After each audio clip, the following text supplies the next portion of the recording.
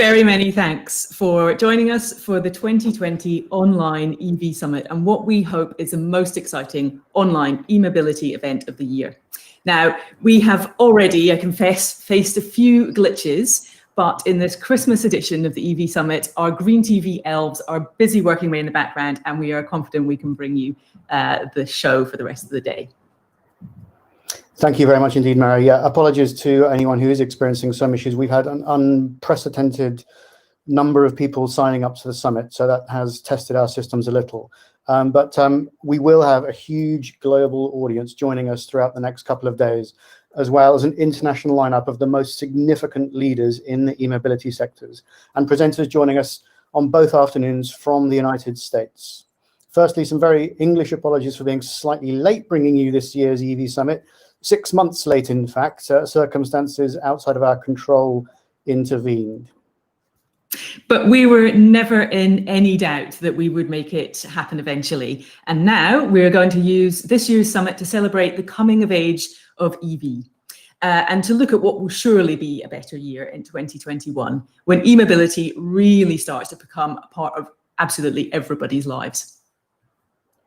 So this year has clearly been a year when the aphorism, "a crisis accelerates the future," is apparent on so many levels, not least of which is the insane mode into which the e-mobility sector has accelerated, which has perhaps defined 2020 as the year that EVs have transformed from the margins to the mainstream. The EV Summit began over 3 years ago as a project, over a coffee in a cafe in Oxford. And despite our very high hopes and ambitions, even we could not have predicted the acceptance of e-mobility and that it would be a given by governments worldwide by 2020. The COVID crisis has accelerated not just EV, but also digital, and we're delighted to bring you our digital platform for this year's EV Summit, along with the first online instance of our pre-arranged meetings process that defines the unique innovation of the EV Summit, a process we call Managed Introductions, where LinkedIn meets Google Calendar and Zoom for e-mobility. On our live stream across the next 2 days, we will host an unrivaled lineup of panel discussions. Throughout those panels, we're inviting you, our online audience, to ask questions of all our panel speakers. So please, please, please post your questions to us via the live chat on the platform. As soon as you like, get them in, and they will come through to us in the background to put to our panel speakers. So the EV Summit has been described as the Davos for e-mobility, and with today's speakers, I'm sure that this is an epithet that we have earned. We have, I think, the most significant lineup of world-leading thinkers and doers that's ever been gathered in the e-mobility sector. So now, to start the day off, day one of the 2020 EV Summit, I'm delighted to introduce one of the true champions of sustainability, Juliette Davenport, CEO of the UK's renewable energy company, Good Energy. Juliette will deliver the first of our 4 keynote speeches during this year's summit. Juliette, we have been looking forward to your address. Please take the stage. Hi, my name's Juliette Davenport, and I'm the founder and CEO of Good Energy Group. And just a big thanks to Aid Thomas and the team for inviting me here to the EV Summit, probably the premier forum for the UK EV tech industry. What I want to do is start by looking back to be able to look forward. If you've been working in the clean energy tech and the clean transport tech space, you're probably firmly focused on the future. But sometimes I think it's worth looking back, if only to find motivation in what has been achieved. So I'm going to start with some of the big milestones for EVs and clean tech we've seen this year. We've seen the cutoff date for petrol and diesel cars get pulled forward, not once, but twice, to 2035 and then to 2030.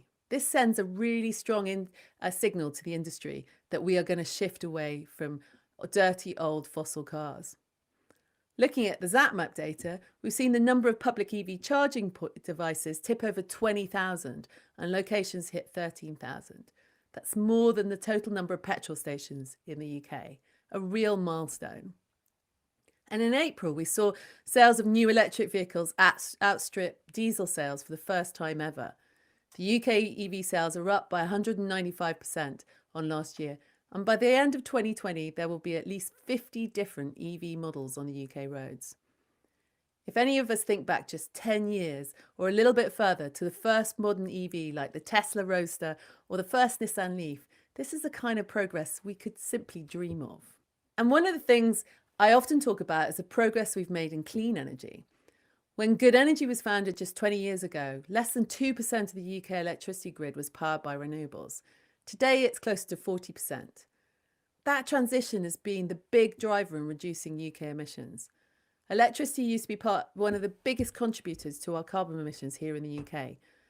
But now it's transport, which is why clean energy and transport have a real opportunity to work together, hand in hand.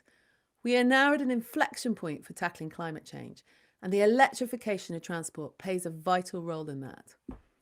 This is clearly something that government and our policymakers are really aware of. Not only have they made lots of announcements this summer, but we've also heard the news the CMA is stepping up to investigate the charging infrastructure to make sure we are addressing any blockers to EV adoption.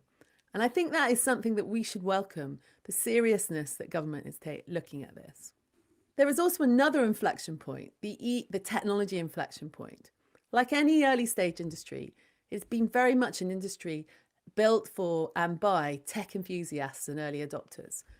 And as we move up the adoption curve towards the mainstream, the industry needs to really adapt to meet those mainstream consumer needs. And we must understand that we are asking people to make changes to their lives and make sure we smooth the way for them as much as possible to make that change. Whilst we know there are many benefits to electric vehicles, and I'm sure all of us here could sit at many dinner parties and eulogise over our fantastic electric vehicles, although that was probably pre-COVID. Post-COVID, maybe eulogise over Zoom.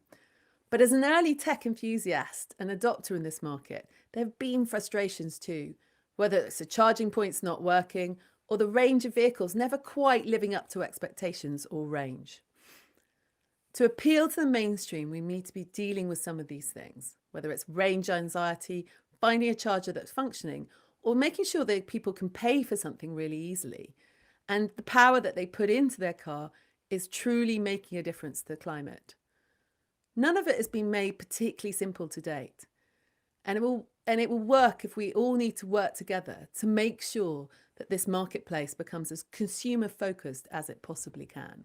One of the things we really need to make sure we aren't doing is just replicating the petrol and diesel car market. This is the opposite of a traditional car market, which is focused around the vehicle. Not only can we create an EV market centered around the customer, but an EV market where the customer is more than just a customer. The EV customer of the future won't just be drivers, but they'll be subscribers, they'll be hail riders, they'll be public transport users, and there'll be businesses, whether they're fleet or whether they're just places where people come to work every day. We've seen the launch of GridServe's brilliant EV forecourt this week. It's an excellent way to show the world that this is really a new vision and a better one. We don't have to stick with the standards of the past, but with a vision of our clean transport future, can truly be a new vision for the future. And this will be crucial in supporting attitudes towards EV charging, the shift away from the old petrol pump mentality to enable mass adoption. Currently, filling up a car is inherently simple, but really not very glamorous. And personally, I always thought it was rather smelly.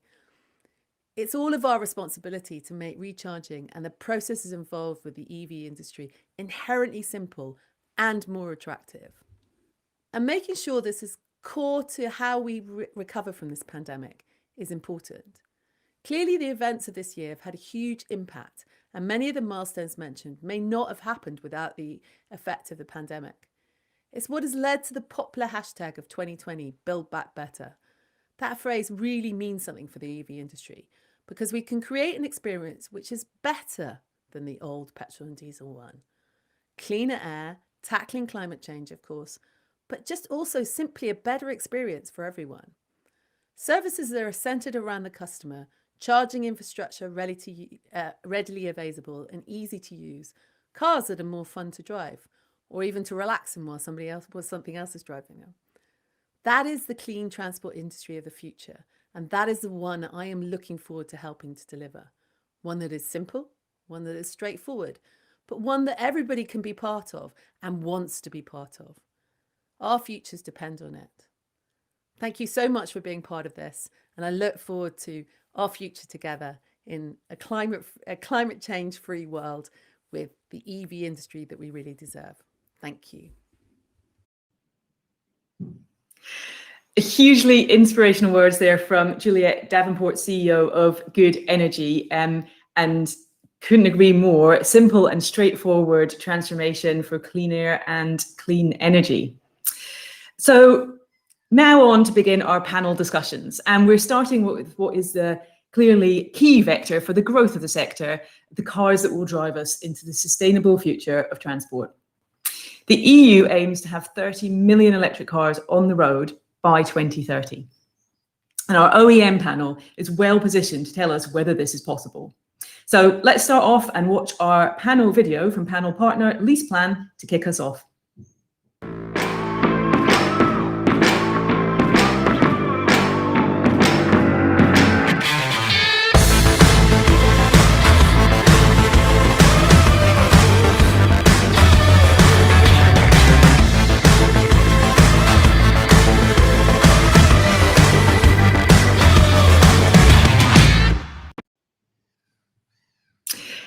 Our panelists will be exploring whether the OEMs are able to deliver the models required to meet burgeoning consumer demand for EVs.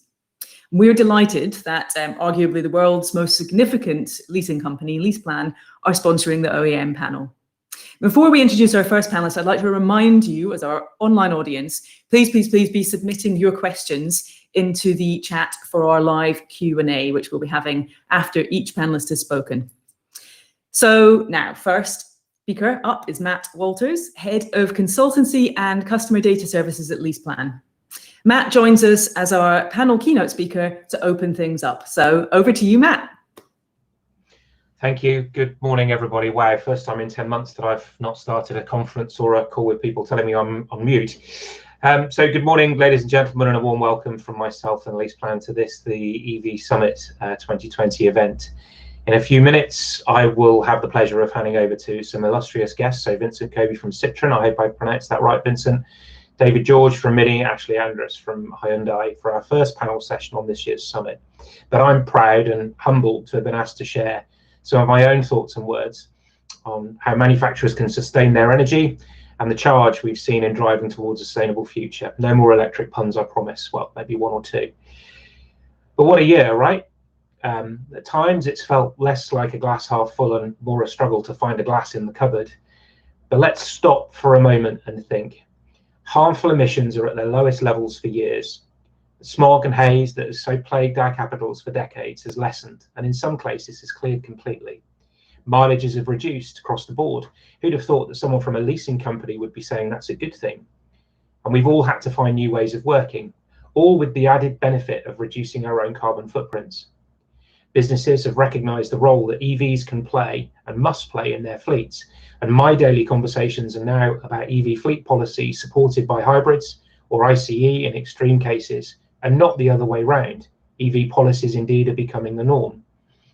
Companies are wanting to move quickly, and more importantly, so do their employees. Note, I said employees, not drivers. Not only are we having to change our thinking in how we deliver a new mix of fleet in 2021 and beyond, but how we support a growing aspiration from the wider employee base for their employer to do more. Is it any wonder that we've seen a huge growth in EV salary sacrifice, with our own platform, Salary Plan, now not just being used as a benefits mechanism, but as a real alternative to traditional company car schemes that can serve not just the perks base, but an all employee demographics, but with the right design can also be used to facilitate job need fleets and business critical fleets. All this whilst delivering cost savings and allowing access to some of the most aspirational vehicles on the planet. This is fantastic. Our order bank sits at 19% electric vehicle, pure EV, and 46% when you include plugins, and that's great. But why is it not 100%? Or at least how do we get there? Why are EVs not the only choice on fleet lists? Range anxiety, access to home charge points, mileage profiles, costs. Well, it's true that these are all topics that are part of the EV switch activity and our wider consultancy conversations. Cost arguments well trodden, And either through a switch to an EV whole life cost policy or a salary sacrifice framework, the costs are less than their plug-in counterparts or from their ICE counterparts for both employer and employee. And from a consumer perspective, the argument is slightly less clear, but retail prices are coming down and accessibility is growing. Access to home charge points is a difficult one, but there is a difference between grant applicability and simply not being able to install a point at your location. Range anxiety and mileage profiles can be barriers, but once you look carefully at behavioural patterns rather than the rather blunt measure of annual mileages, this becomes much less of a problem. Indeed, you need to deal with access and mileage profiles together, as even the highest mileages can often be dealt with by operational and high-level change within most businesses. In fact, most often, our EV switch studies can highlight areas of inefficiency and wider business improvement. That's right, you will need to change to make the switch to EV, both culturally and behaviourally. And that's a good thing, right? But what about the elephant in the room? Supply. So this is a more difficult one to solve, as we do have examples of companies that stall their go-live dates due to vehicle availability and nervousness around supply. Bearing in mind that an EV scheme is a truly exciting, some would say electrifying prospect. I know, I promised, sorry. And they need to launch with fanfare and not just moot applause. Demand continues in many cases to outstrip supply, for some models by as much as 4-to-1. And whilst this lessens once the launch stock for a new model moves to more mainstream production, very often it can be 12 months before normal supply is achieved. On the CV slide, it's very well trodden that 2021 slots for e-Vito, Sprinter and Vivaro are all gone. And with only a few companies securing the supply, it could be disheartening, right? But yes, but what an amazing position to be in. Proof that we want to make the switch to alternatives, not just hybrid, but to fully electric.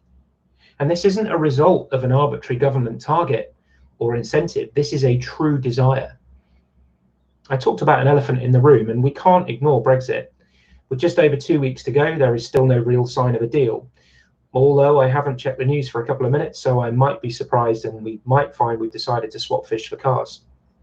I know the two are separate issues. You can't drive a fish or eat a car. Mind you, there is now an EV on the market that has a vegan cockpit, so maybe. But this is a genuine concern. Without a deal, we will see list price increases as we levy tariffs on vehicle imports and parts.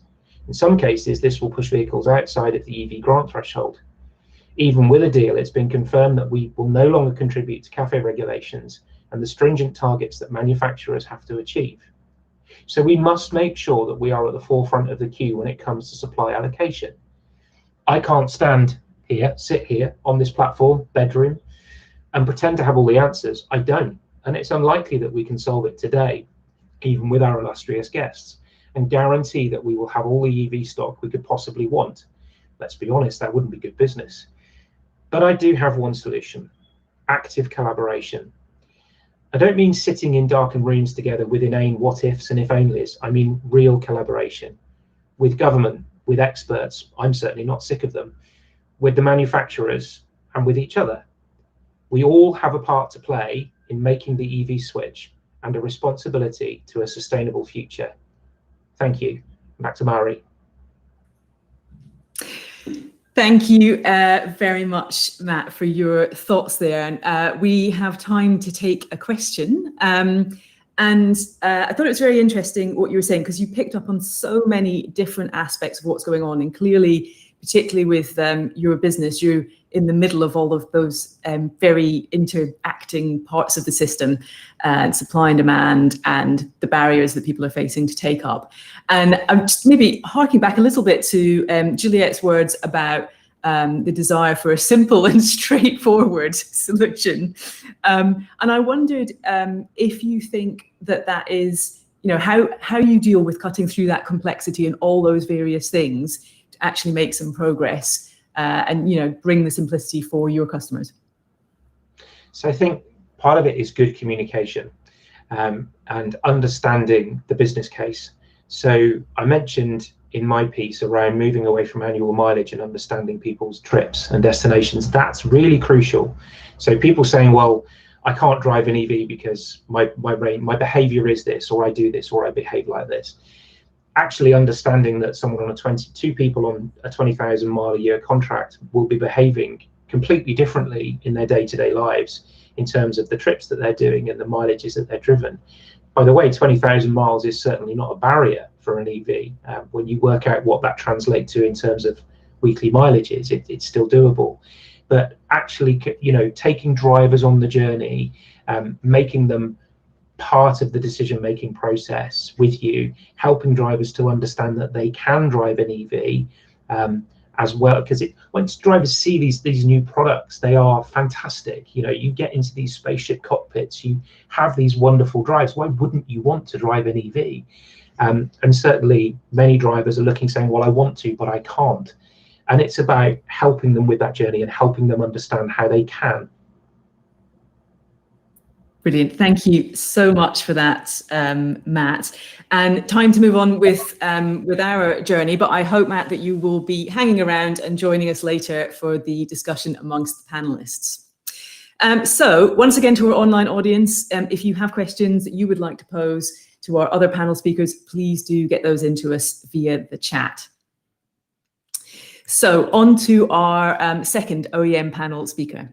And although the EV Summit is not happening in person in Oxford this year, we are pleased to welcome from our home of Oxford, David George from Mini as our next speaker.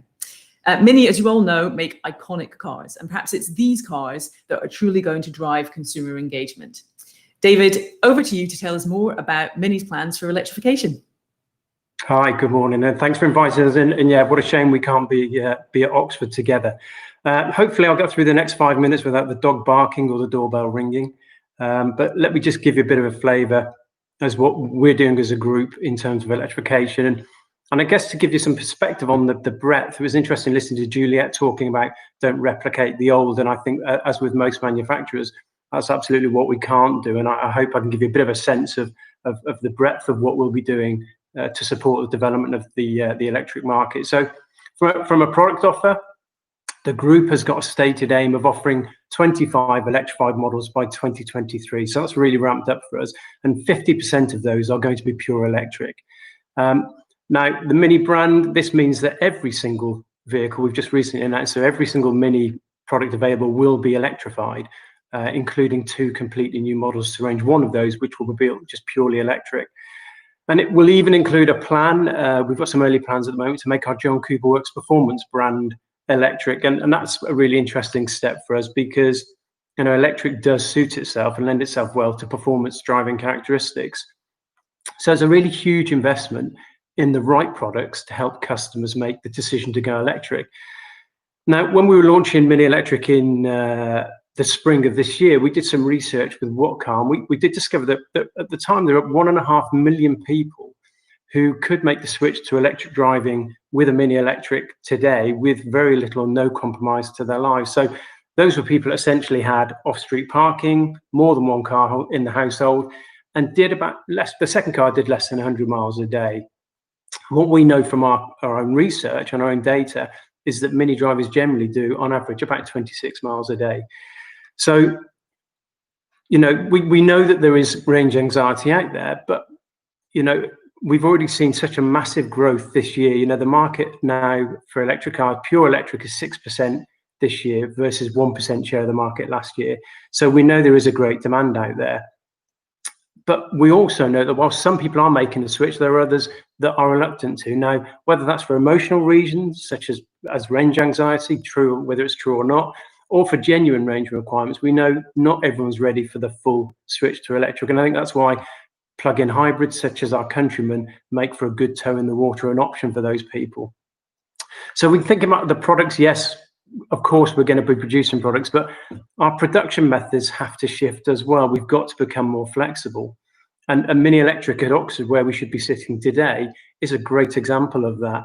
You know, the Mini Electric runs down exactly the same lines that the Mini has been running down for many, many years. So you can have a petrol car running right alongside a new Mini Electric. And that means we can be really flexible to meet demand. And we've had such significant global demand for the product that that's been really useful for us over the last 8 to 9 months since launch.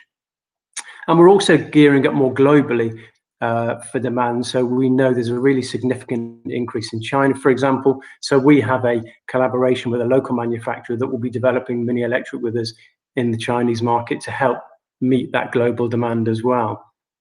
And also, we also have a plant at Hams Hall near Birmingham that produces the engines for our hybrid vehicles as well, which is a really important element of the mix for us.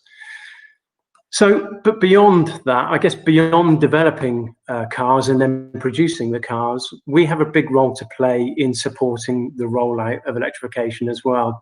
And I'll just give you a few examples of that. So we have a relationship with BP Chargemaster. And going back to that point that Juliet made about being easy for consumers. So, you know, someone buying a mini electric can go in and actually organize their charge point at home and their remote charge points as well, whilst buying the car. So that's something we've been quite forward thinking with. Beyond that, at the other end of the scale, the BMW Group is part of a group of other manufacturers with Volkswagen, Ford, Mercedes, and latterly Hyundai just recently, who are all part of a group called Ionity, which are in the progress of putting in, by the end of this year, 400 access points for fast charge across Europe. So that's something where we're playing a part in developing an infrastructure to help support the rapid growth of charging requirements.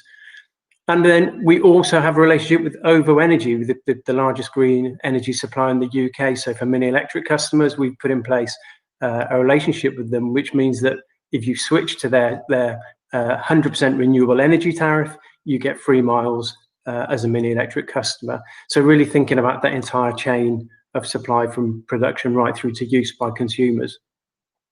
And then I'll just finish off with a couple of bits of future thinking as well, just to show the breadth of what we're doing as a group. And we just recently launched the eDrive on BMW models in London and Birmingham. And this is something that's really clever. It's something that's been trialed in other major European cities as well. And this essentially is a completely unique piece of technology for those people driving a plug-in hybrid. If London and an ultra-low emission zone is in your destination and your navigation, the car will know that, and it will save the electric power and automatically switch, because it uses geofencing, switch to using electric power as soon as you enter the ultra-low emission zone. So that's something I'd say it's happening in Birmingham, London at the moment, but that's a really exciting step forward, I think. And then right at the far end of the vehicle life cycle, we've also got a relationship started with a company called Off-Grid, who are focused on the second life of the battery. So our batteries have an 8-year life cycle, but when those batteries become, you know, less optimum for use in the vehicles towards the end of their life, Off-Grid can take those and make use of them for remote charging or power for events. So we've got quite a significant array of things and breadth of activities that I think, I hope, in answer to Juliet's question earlier, shows that we're really not trying to replicate the old. So hopefully that's a quick, I know it's an awful lot in there, but a quick view of the breadth of what we're doing with as a group. Wow, thank you very much indeed, David. And I think that really speaks to the kind of idea of active collaboration that Matt raised as well. So there's so much going on there that you're engaging with across customers' experience of having to charge as well as drive and all the rest of that stuff. So time for a question. And this one comes from Lee Cobb, who asks, how are Mini planning to deliver and sell vehicles to drivers who don't have access to a driveway or a garage? And points out that almost 40% of UK households see this as a massive barrier, and indeed actually something that's very, very obvious to us here in Oxford, because we have a particularly high number of households without off-street parking. Yeah, well, I think it comes about making a change to, and we don't fill up our cars with fuel at home. So it doesn't automatically need, we always need to fill our cars up with electricity at home. So with the rapid growth of infrastructure across the UK, for some people it will mean they're not charging at home. And with the speed of charge, a mini electric on a fast charger, you can charge to 80% in about 35 minutes. So for some people, yes, it will mean there isn't charge capability at home. but with fast charging and the growth of infrastructure, it means that people won't always have to charge at home. And for others, we would say we'd point to a hybrid model for those that it really isn't suitable for.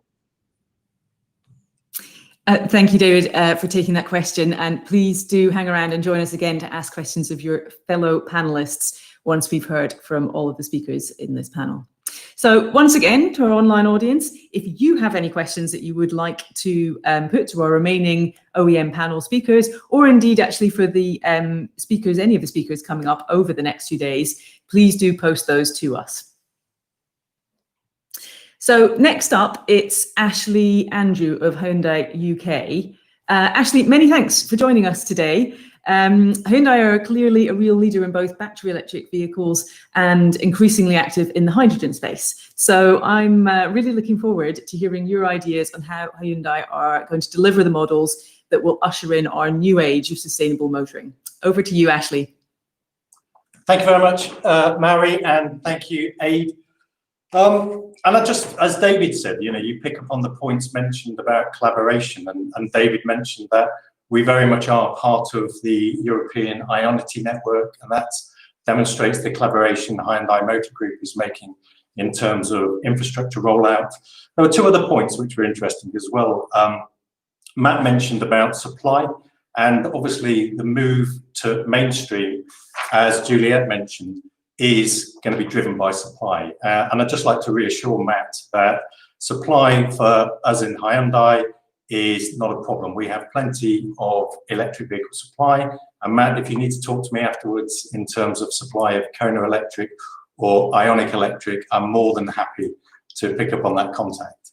And it really, as Juliet said, when you look at this year and the transition towards electric vehicles, we've seen a significant rise in demand for electric vehicles this year.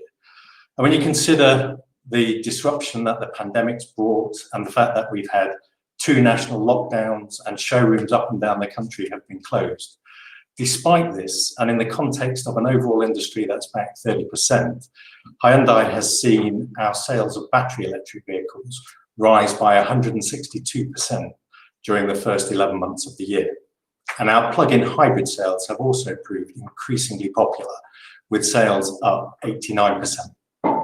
So I think in answer to the question, the industry is adapting very quickly, and brands like Hyundai can be agile because the foundations for these technologies were laid many years ago by our engineers and designers. And if you look today, Hyundai is now able to offer the most diverse range of alternative fuel vehicles we can have in the market right now. We are offering hybrid, plug-in hybrid, pure electric, and even our hydrogen fuel cell electric cars. And we've also many new EVs in the pipeline to help us meet the fast rising demand. So from next year, every single Hyundai product in our range, with just one exception, will be electrified in some form. And we're also really excited because we've just announced our brand new Ionic sub-brand. And this will be the new umbrella brand through which we will launch a new generation of pure electric vehicles. And in combination with the launch of the Ionic brand, we've also revealed details of our revolutionary new electric global modular platform. Now, this platform will underpin a range of innovative new battery electric vehicles, which will include our new Ionic 5, which is based off the 45 concept we showcased in Frankfurt a couple of years ago. We launched this next year. This will be followed by our Ionic 6, and then latterly in 2024, we will launch a large SUV, which will be our Ionic 7. And we're seeing, as more customers migrate to EVs, their expectations of what these cars will offer is inevitably increasing. And because the new EGMP platform is a dedicated electric vehicle platform, we can meet these expectations head on, because we can offer powerful driving performance, increased driving range, enhanced safety, and more interior space for occupants and luggage. The versatility of these platforms, because they don't have to be designed with the conventions of the engine or the transmission in mind, enable much more innovation in package and design and versatility.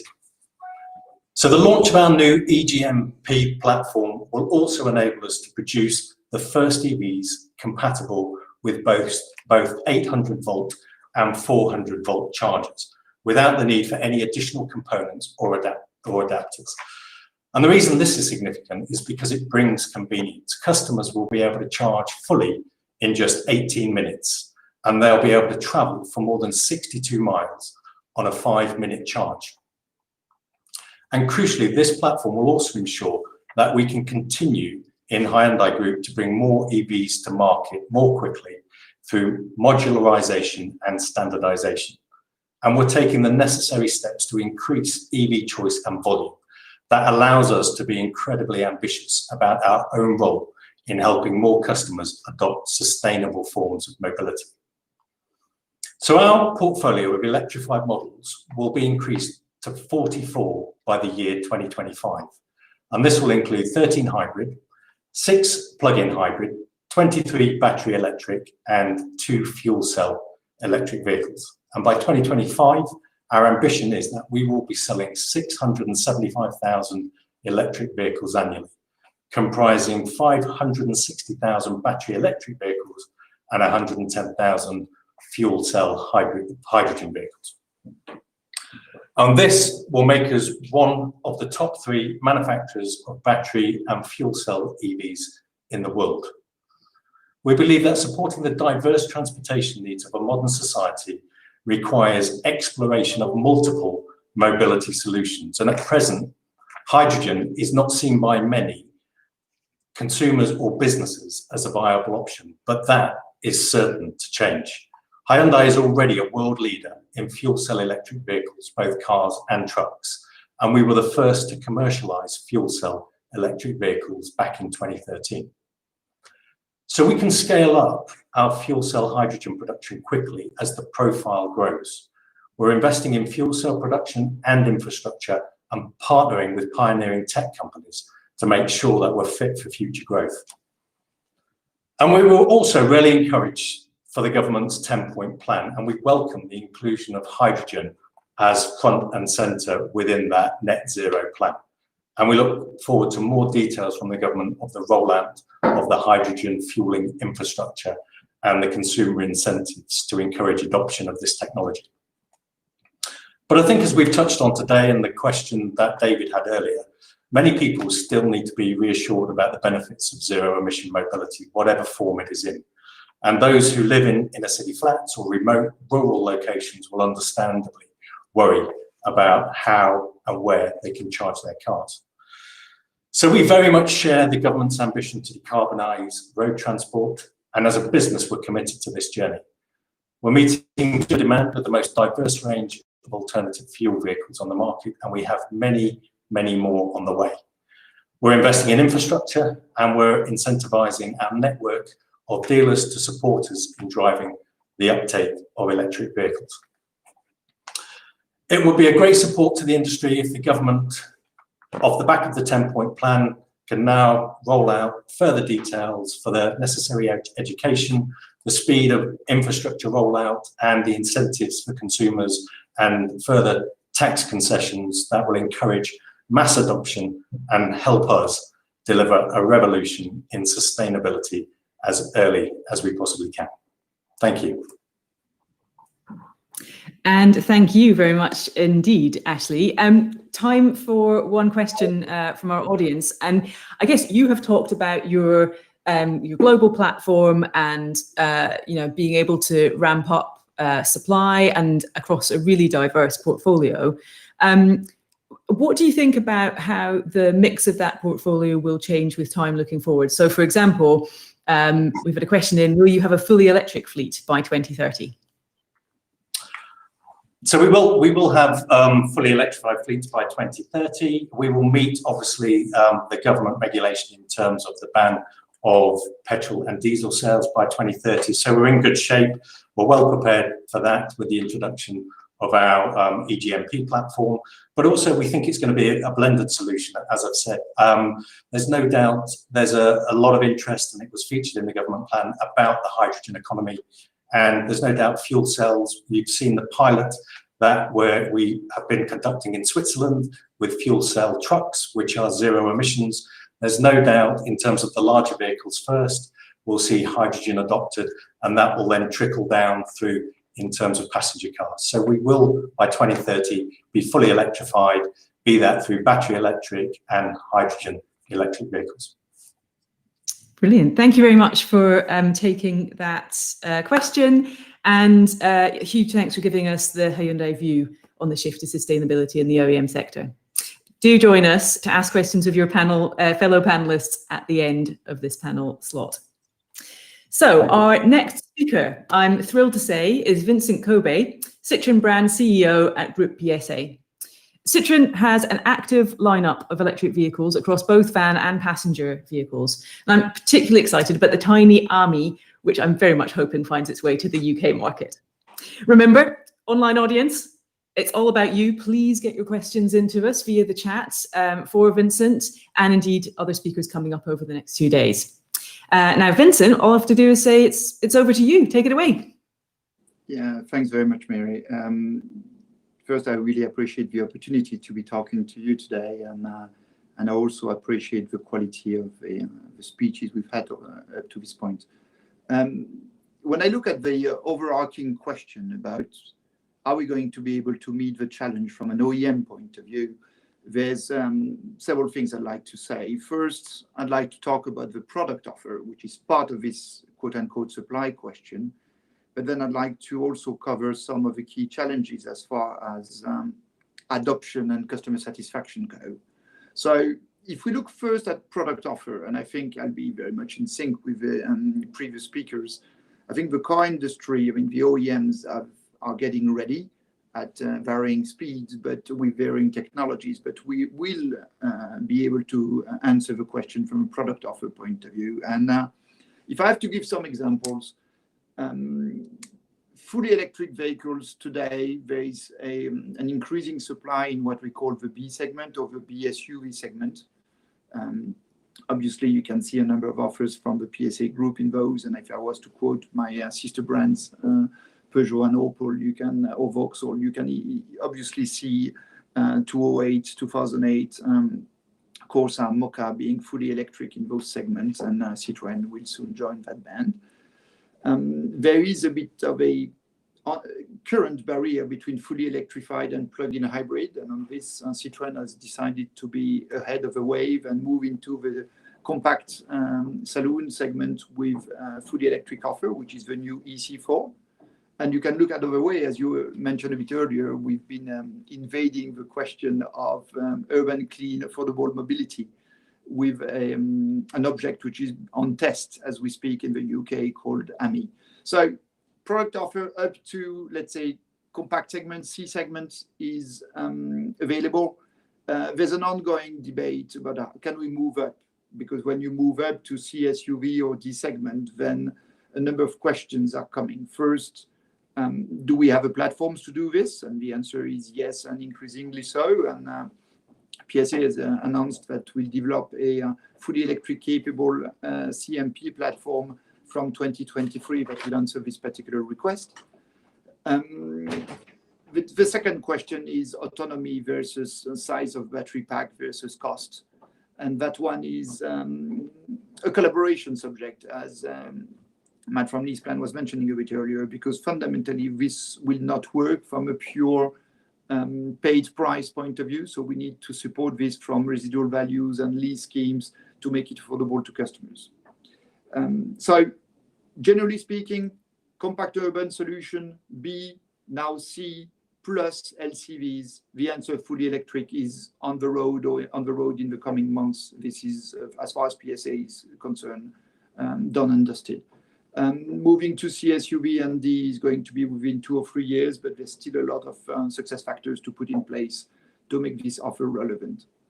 Now, there's 3 dimensions I'd like to highlight. Obviously, one is infrastructure, charging infrastructure. We all talk about it. We know that this is the current main weakness, availability, the existence of multi-operator passes and subscription, and the no bug charging. I think we should really look at another important question for me, which is how do we deal with this, you know, the eve before Christmas, so where everybody wants to go skiing. I mean, assuming we'll be able to go skiing one day, because there's a high demand and the charging time will still remain 30 minutes to an hour, and it's not the same as a petrol station. So capacity at peak time is a key question, and backing this is the business case for operators. We've seen that highway high power charging is basically more expensive than standard fuel today, and the monster behind this is the business case of the high power charging operators. So I think this nut still has to be cracked, and today I think we still have some years to go before the charging infrastructure is answering the long distance travel requirement, in my opinion. The second element, which for PSA is quite important, is how do you migrate the customers, if I could say it this way. And the position we have taken in this particular period, let's say the 2018 to 2025-26, is we need to convert customers. And for this, we have multi-energy platforms. We develop every new car we launch with an electrified option, BEV up to C segment, plug-in hybrid above C segment, with exactly the same product. And this, we believe, is key to the success of this conversion.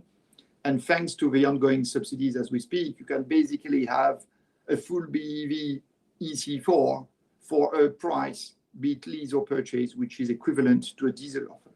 So this, we believe, is quite key. You don't want to convince a customer of a new body type at the same time as you convince a customer of moving to 100% electric. The last one, which is also key, is supply in the industrial sense. We all worry about capacity, technological control, foreign exchange, trade balance, and so on. And I think on this, PSA has decided to be at the forefront in Europe. PSA has funded a joint venture with Total and Saft, the battery maker, to ensure that we will be developing European battery EV and plug-in hybrid battery capacity in order to be not only in control of the supply of volumes, but also about technical development. And this, I believe, is a very important move we've done to not only ensure supply, but also ensure the proper technological adaptation to the market growth. And if we face those three subjects, progressive conversion of customers, charging infrastructure, and control of the industrial supply chain, I think we'll be able to close this loop of full offer and support the upcoming shift. Let's put a number. 2030, more than 50% of the Western European TIVs will be fully electric. So the task is massive, but I think we have a way to get there if we have a good collaboration, not only with lease operators, but also with government infrastructure developers. So reasonably optimistic. Thank you very much indeed, Vincent, for those insights into the strategy. And I was particularly engaged by the idea about putting out both a conventional and electric model, and then making that psychology of that choice perhaps easier for customers. Really, really interesting. Because we're a little bit short on time, we will go straight into our panel questions. So Vincent, your first question will be coming from one of the other panelists. And just to say for our online audience, we will start the next panel on schedule. So there will be a slightly shorter networking break. So apologies for that, but it will get us back on schedule for the rest of the day.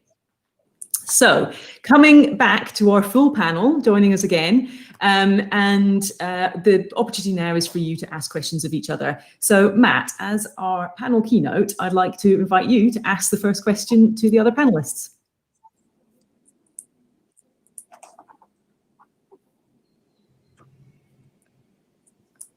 I think, Matt, I think you might be on mute.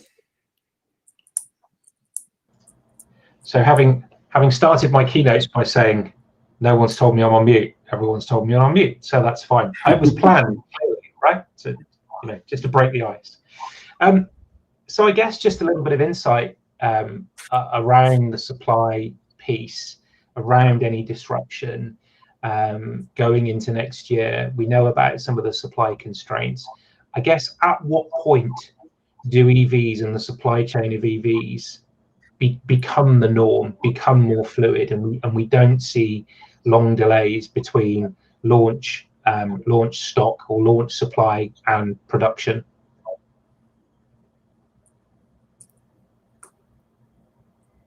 Vincent, you look like you were ready to jump in. Yeah, assuming I managed to start my mic better than Matt does, you can hear me, right? You're all good. Thank you. It's always a pleasure. I can also talk rugby if you insist.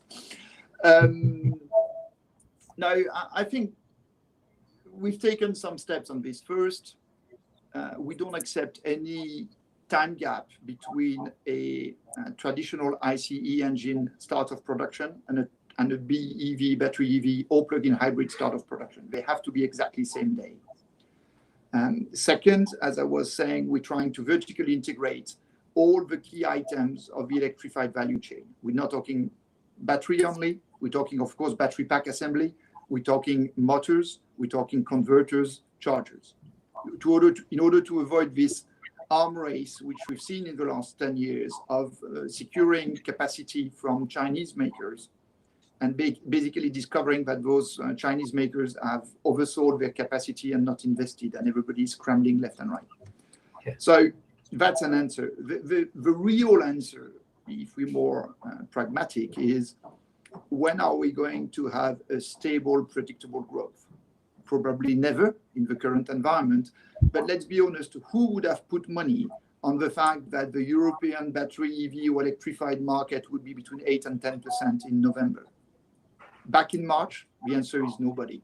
So you're talking about 300,000-400,000 cars of capacity which have been swinging left and right because of COVID and relaunch programs and so on. Not so much customer appetite, if we're honest. We're talking about external economic factors.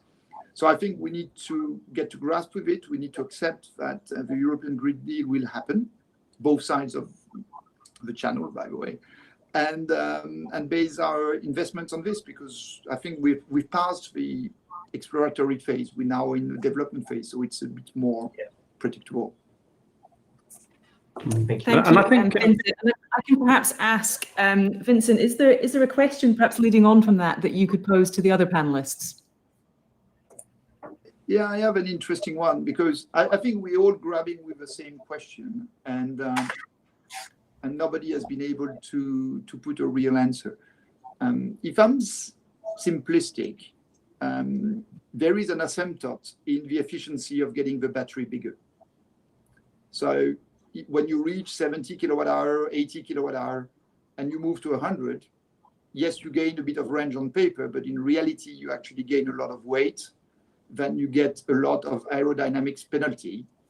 And somewhere around the 100 kilowatt hour boundary, you're really hitting a problem in terms of ancillary weight, motor weight and brake weight, plus aerodynamics.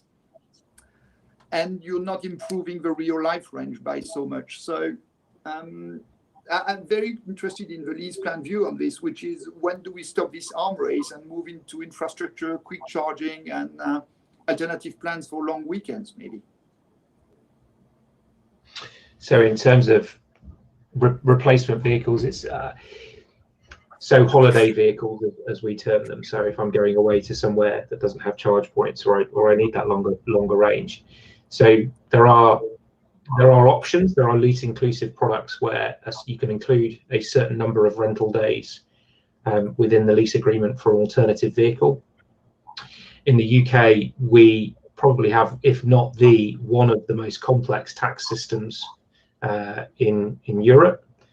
So benefit in kind issues come into play. So it's not just as simple as saying, well, you pay for a number of rental days. There's an on-cost to an employer in terms of Class 1I NIC. You know, a fleet consultant talking tax, there's a surprise. But, you know, there's a real truth to that, and there's a real complexity. So it isn't through a lack of technical capability or desire. I guess it's a complexity of delivery. But, you know, happy to talk as we do in some of our consultative discussions, in terms of our product discussions with our customers about how we make some of those arrangements.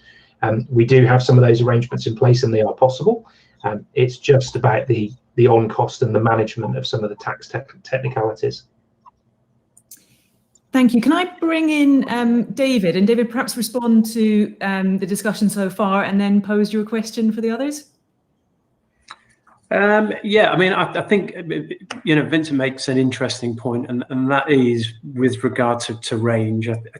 You know, I think we just seem as consumers to continually compare the need for range with that of petrol and diesel cars. And if we're going to make a real change, then it does take a change of mindset. And so moving from range anxiety to thinking about how fast and how often you can charge, rather like you do with the mobile phone, is probably a more important point of discussion, really. And it goes back to the question that I was asked earlier about, you know, being able to charge at home, and yeah, for some people that won't be the case. So for me, it is just it is the thought of making such a dramatic change with there being zero compromise to the way you've lived for the last 30, 40 years seems odd. And I think it's upon all of us really to work out the best way to convince people that there may be a need to change, but there will be a much greater benefit for doing so. So I mean, I guess my question to my other OEM colleagues would be: are they seeing any significant change in consumer acceptance? I mean, we always see lots of early adopters, but it's how fast the greater mass of drivers really accept some of those compromises. Perhaps we can come to Ashley first. Yeah, I think it's a good question, David, and I think what it does is it probably goes hand in hand with what Matt was talking about, because as the market develops, you've got market pull, which will be the readiness for mass adoption by the customers, which is your point, David. But then Matt's point as well is how much of it's supplier-led, which is how fast the technologies come to market. And I think we've been in a very fortunate position because we're kind of ahead of the curve. So we had significant supply of electric vehicles come through in 2020. And that meant after the first lockdown, we managed to get to a position when we reopened after the first lockdown, where 19% weight of our overall sales was pure electric vehicles. Now, we think that's a fantastic result. So that really does demonstrate that the market is there and consumers are ready. It's been driven first by B2B, and that's a large part of that is because of the government tax break on the benefit in kind. So it proves the point that if the right incentives are in place, the market uptake will be significant. And on your point, Matt, supply, I mean, we are very fortunate because we have the supply. Second, after the first lockdown, we were in an enviable position to have vehicles in stock. We currently still do have vehicles in stock. So, you know, we have electric vehicles that if the customer walks into the showroom today, we can supply as quickly as we would a combustion engine vehicle because we are stocking those vehicles in right-hand drive in the UK. But the other point, I guess, as well is, Matt, is its dependability of supply. And as we move through the uncertainty of Brexit, you know, there are questions about the certainty of supply. Hyundai is in a fortunate position because obviously the UK has a free trade agreement with South Korea. So in the event of whatever the outcome is, we can bring vehicles in unimpeded by tariffs. So our supply is future-proof, and we're in a very strong position to meet the UK market demands going forward. I think on the other point about the weight and the range, it's a good point. And I think this is where I was talking earlier about the blended approach of technologies and why fuel cell and hydrogen has such an appeal. Because if you look at heavier vehicles and trucks, and the comparison is if you look at 5 kilograms of hydrogen, 5 kilograms of hydrogen with a fuel cell vehicle can take you 600 kilometers. And a 5 kilogram weight in a battery will take you 10 kilometers. So where weight's important, that's why the blended approach comes in. So I think it is definitely market adoption is supplier-led, government incentive and dependability of supply.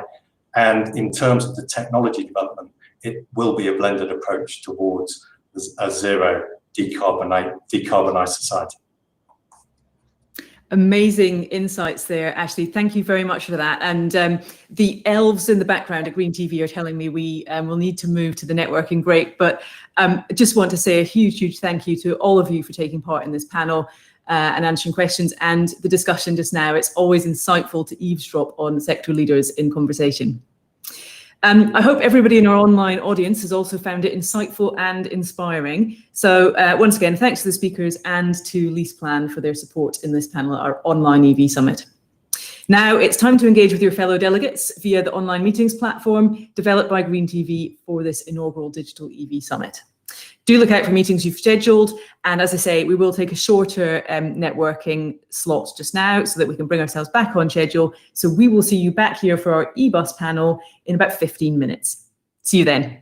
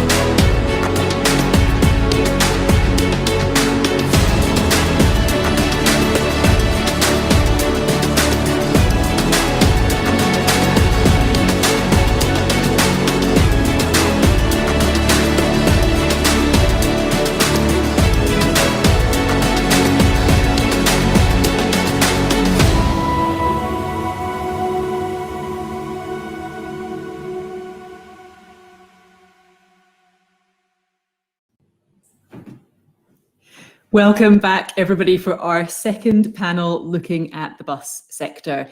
And apologies, a few more little glitches in the background there, but we are busy working away to resolve those. So slightly late start, but we are picking up time nonetheless. In this panel, we will be addressing the issue of how the electrification of buses differs from that of cars. We'll address challenges such as scale, driving behaviour, patterns of use. Firstly, many thanks to our panel partner, EDF Energy, who are sponsoring the e-buses panel. EDF have been a long-standing friend to the EV Summit and supported us across all 3 years. From EDF, our panel keynote is Ren Belletti, Senior Manager of Electric Vehicle Strategy at EDF UK. If you have any questions for Ren or any of our e-bus panel speakers, please do get them into the chat and let us know what those are. We'll pick them up. And now, Ren, delighted that you can join us to open up the conversation on the e-bus panel. Take it away. Thanks, and you can hear me okay? Everything's fine, because there were some glitches before. Good. I decided to be a bit creative, and I always like to do a couple of slides as a pinpoint, so I'm not sure if those slides can be great. So if we could just go on to the next slide. And thanks for having me, EDF. Are delighted to be involved in the summit, so thank you. And before we just delve into the topic, really I wanted to just discuss a little bit about how EDF are playing a part in the EV ecosystem and more widely net zero. So we've made it really clear that the company purpose is to help Britain achieve net zero. And we recently launched our Green Recovery Plan, which will enable 50 billion of investment in low carbon technology in the UK by 2035. And the plan will support continued investment in renewable generation and low carbon nuclear power through offshore wind projects, as well as nuclear sites at Hinkley Point C and Sizewell C. However, we're also investing in new energy infrastructure to support the UK's transition to a cleaner, low emission transport. And as part of our growing presence in the EV market, we provide full solutions for customers through electric car leasing, charging infrastructure, electricity supply to both residential and business customers. And some of the key investments that we've made to date, as many of you will know, is acquisition of Pivot Power made by EDF Renewables, which specialises in developing large-scale battery storage and power infrastructure for EV charging. And also more recently in February 2020, which I can't believe actually is gone so quickly this year, was the acquisition of PodPoint, which of course is one of the UK's leading providers of EV charging infrastructure. I think with over 90,000 charge points now up to date, and partnerships with major car manufacturers and businesses. So EDF are really proud to be heavily involved in this space, and it will only continue to grow as we invest further. So that's EDF, and a little more on the UK bus and coach market now. So next page, please. Thank you. So I think with the market itself, this year's pandemic has really been a tough time for them, with usage having gone down by as much as sort of 80–90%. But that said, we are really starting to see commitments of bus operators, not just starting to kick off fleet electrification and focus on net zero, but actually moving at scale. So you've got some stats on the right there, but you've got things like National Express committing to fully zero emissions, TfL aiming to electrify all of their fleet, and also London committing to net zero with all of their single deck buses in London and other cities to follow. So some really large scale commitments. We're moving from the tens to really the thousands, with a prediction of around sort of circa 40% of buses to be electrified by 2030. So quite a large scale commitment. Next page, please. And if we look at an EV and an individual acquiring an EV, it's a relatively simple conversion in terms of a person acquires an EV, a person then purchases a charge point, and then they can effectively choose a cheaper EV tariff or tariff suited to their needs and styles. But I guess it's not that as simple in this sector. And one of the reasons being is that there's a lot of parts of this market and it's quite crowded in the sense that there's a lot involved. So you have your bus suppliers, you have your bus operators, you have your OEMs, and you also have your sort of wider design and optimizing the technology in the background as well. You also have battery storage optimization and vice versa. So there's a lot going on that maybe one wouldn't consider, you know, initially as part of this process, which could give sort of more around the challenge of scaling up in this sector, just because all parts of it really need to be fully up to date and aware of what's going on. Next page, please. So we mentioned a little bit about the projected number of buses by 2030 for e-buses. And I guess the quantum of this from an electricity supply point of view, it's significant. You know, a fully electric depot with 150 buses will consume around 10 gigawatt hours of electricity per annum, potentially around 200 gigawatt hours over the lifetime of the vehicle, depending on battery size and health. So there's a lot of opportunity for suppliers to work with these companies in order to optimize their usage as they electrify. But also this represents a drastic challenge in terms of changing your mindset and methodology of how to fill up a bus. This is where we're starting to perhaps see those challenges of how these operators, suppliers need to think more strategically around the electricity usage, something that they haven't had to think about before when just filling up at a petrol station. And I guess these types of strategies placed will also differ based on behavior, you know, how they want to charge, whether it's during the night, whether it's during the day, whether they need to do it rapidly, whether they are okay with doing it slow. And these kinds of strategies, again, is something that will need to be discussed with these operators and presents wider challenges than, again, simple top up at a petrol station. Next page, please. So I guess from that and those challenges, whilst we're starting to see a switch and whilst we're starting to see those commitments, this is probably why the bus market is still dominated by diesel and why we aren't seeing an uptake as fast as we are with EVs, just because the transition really requires an immense amount of effort and thought into really thinking about the wider strategy of the usage of electricity.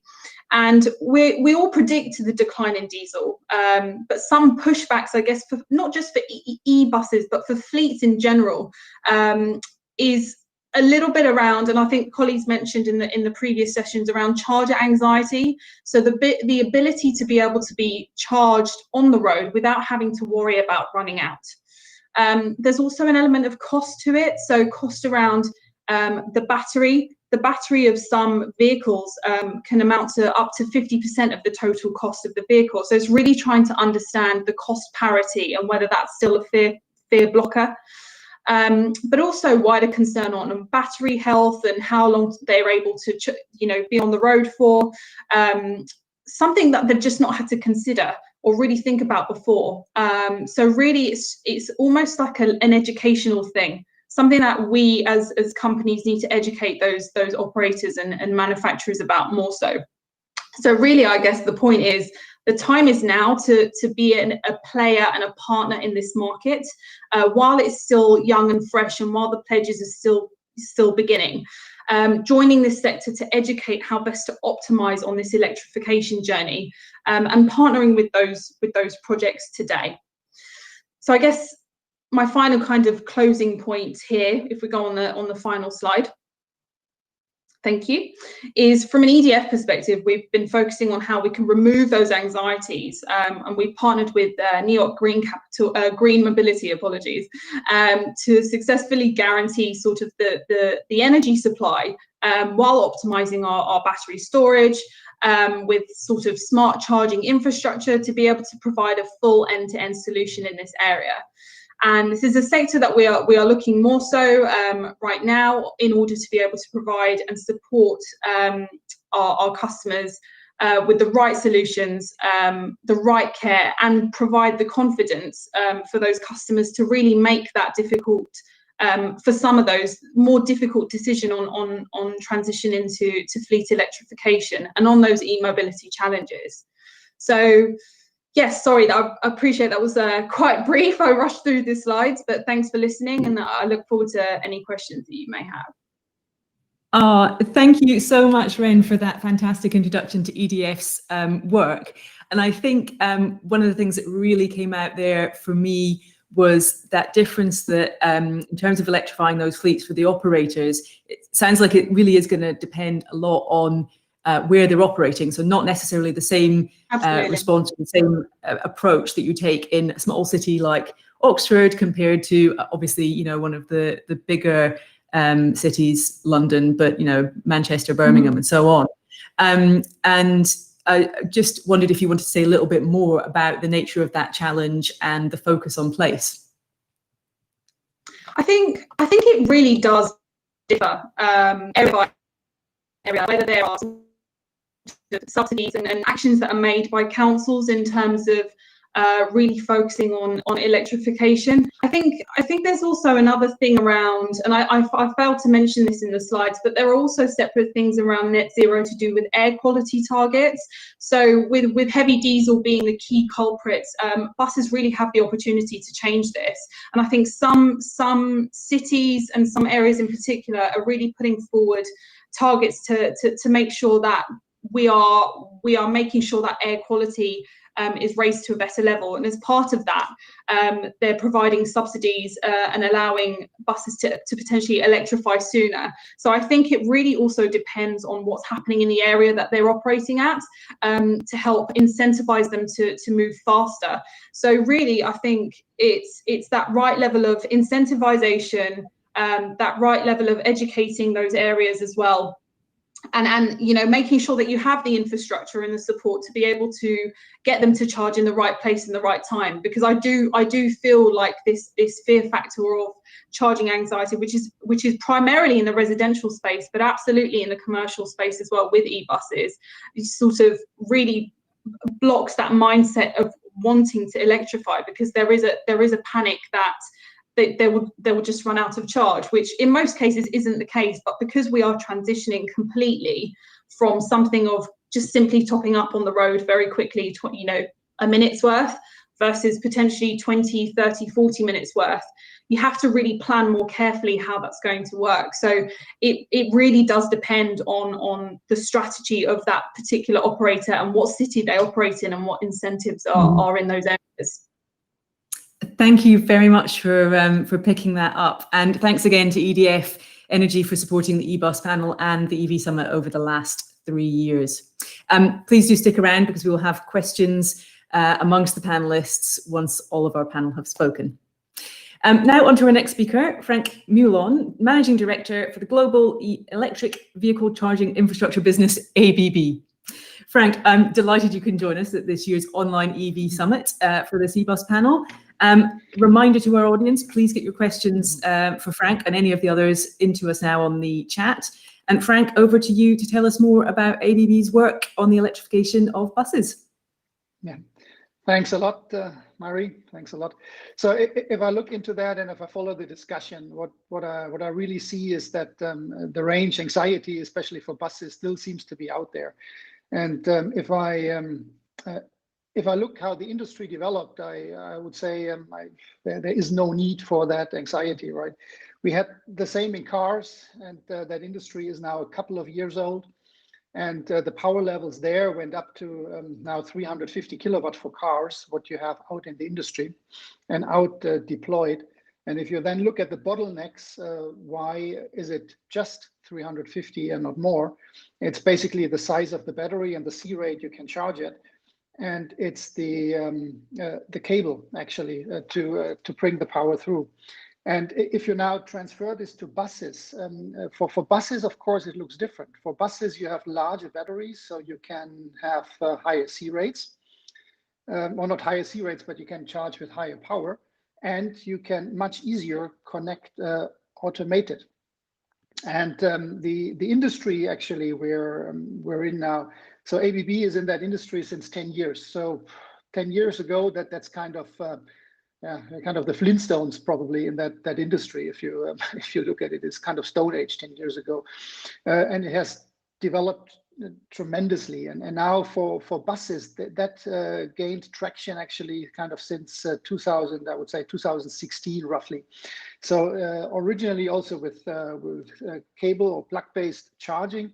And then we had together with Volvo, and I think we hear Hakan later on, and other partners in the industry try to pull out a standard for opportunity charging, which is actually great because it's interoperable. Many manufacturers can use it. And what you know today from kind of a CCS standard on the road, you can then have with opportunity charging. So a infrastructure charging coming down from the infrastructure to the bus. And we have great examples where we deployed that. So I give you, for example, in Belgium, 2 cities, Namur and Charleroi. So it's about 100 buses connecting them. And at the end stops of the line, you can charge up the bus. So that works nicely. In parallel, there was another development from some other manufacturers with pantographs coming from the bus to the infrastructure. It's another way of doing it, just like you see on the car side, the CCS and the CHAdeMO. So here you have the Panto up or the Panto down. So all solutions are there. It's at the end that we also heard that a couple of times, always a trade-off. What is the range you target? What is the charging frequency you want to have, and at the end the weight. So do you want to play the power game of how many kilowatt hours do you want to have on the bus for your range? What is the weight against passengers? So that's a trade-off you have to make. So of course we're always voting to make the battery not too large. That makes the bus more affordable. You can put more passengers in and rather charge a bit more often on the road. Yeah. Now, the trend which we see, however, is still a lot of depot charging, however, so the batteries are big enough so that the bus can be charged overnight and ride the whole day. So that's large projects we're actually also working on, projects in the megawatt arena. So you have probably some lighthouses, the city of Hamburg with 100 buses and 44 chargers doing sequential charging for 3 buses each overnight, or now to be deployed in the Netherlands, like 260 buses in Eiselrecht. So that's really a significant deployment. So I think we really see the industry moving towards cleaner cities. And from a charging point of view, at least, I can say there is no need for range anxiety. Yeah. So much from my side. Thank you very much indeed for your contribution to the debate there and wise words. Just opening up for a question. It'd be interesting to pick up then on, you've spoken about different charging methods, mechanisms there, and maybe kind of tying that in with the point from our previous discussion about the focus on solutions that perhaps are driven by the location or the place that the buses are operating. Do you think that means the charging infrastructure also has to become part of that discussion and shaping the solution in a particular place, or do you think actually maybe the way that the charging infrastructure develops is less dependent on that? No, I think it's a great opportunity actually, trying to look at the overall holistic approach, right? Because if you charge kind of overnight only, then you have a peak demand overnight, but probably you have some generation during the day, so you can work with batteries. On the other hand, depending on how long the buses rest, potentially, and not all just are there to charge for 2 or 3 hours. Probably some are a bit longer there, so you can also use these batteries again for other purposes. I mean, that's all options in a larger electrification scenario you can look at. And also interesting is when you do en route charging, because there, I mean, you charge around 600 kilowatt or soon a megawatt. So that's really high power you go in, and not everywhere that power is available, right? So you can also think about how to combine that, because at the end the energy should be carbon free, right? So you do you have a local generation, or do you potentially go on whatever, even on a fuel cell basis to generate on remote locations if you want to charge there before you deploy a grid there, right? So it's a lot of playground you have actually. Thank you. And just one more quick one. We had a question in from Thierry Goniva. How many cities in China have already moved towards e-buses? So I guess just picking up, you were gave us some examples from the European market, but do you have sight of what's happening, if not in China, then kind of a more global view of where the leaders are and what's happening? Yeah, I mean, of course, we didn't talk about China now because we're in Europe. However, of course, China is the largest market when it comes to e-bus, and if you're in a city like Shenzhen, I mean, there's 100% e-bus driving. I mean, really at scale, right? Of course, you can also say that had a lot to do with government incentives pushing and local companies there producing batteries and buses around the batteries. So really giving it a push. But yeah, China, of course, shows at least that the mass deployment of e-bus is the new norm. Brilliant. Well, thank you very much for taking those questions, Frank, and please join us again at the end of this panel to ask your fellow panelists your question. I'm delighted to say that our next speaker is Neil Kirkby, Managing Director of SSE Enterprise. If you have questions for Neil about his work at SSE, please post them in the live chat now, and while he's speaking, and we will try and get those to him. Neil, please do take our global stage and tell us what SSE Enterprise is doing to revolutionise the e-bus sector. Yeah, I mean, hopefully you can see and hear me okay. Just to give a bit of a backdrop and a flavour for SSE, the energy business, and how that fits in with the context of the bus scenario. So we're a FTSE 40 business supporting the carbon zero agenda. We're one of the biggest electricity players in the world, and we're one of the main sponsors for COP26, which is due to kick off in November 21 in Glasgow. And what we've done on the journey to COP26 and beyond as a group is we've made a number of clear goals, and those goals are targets that we've got by 2030.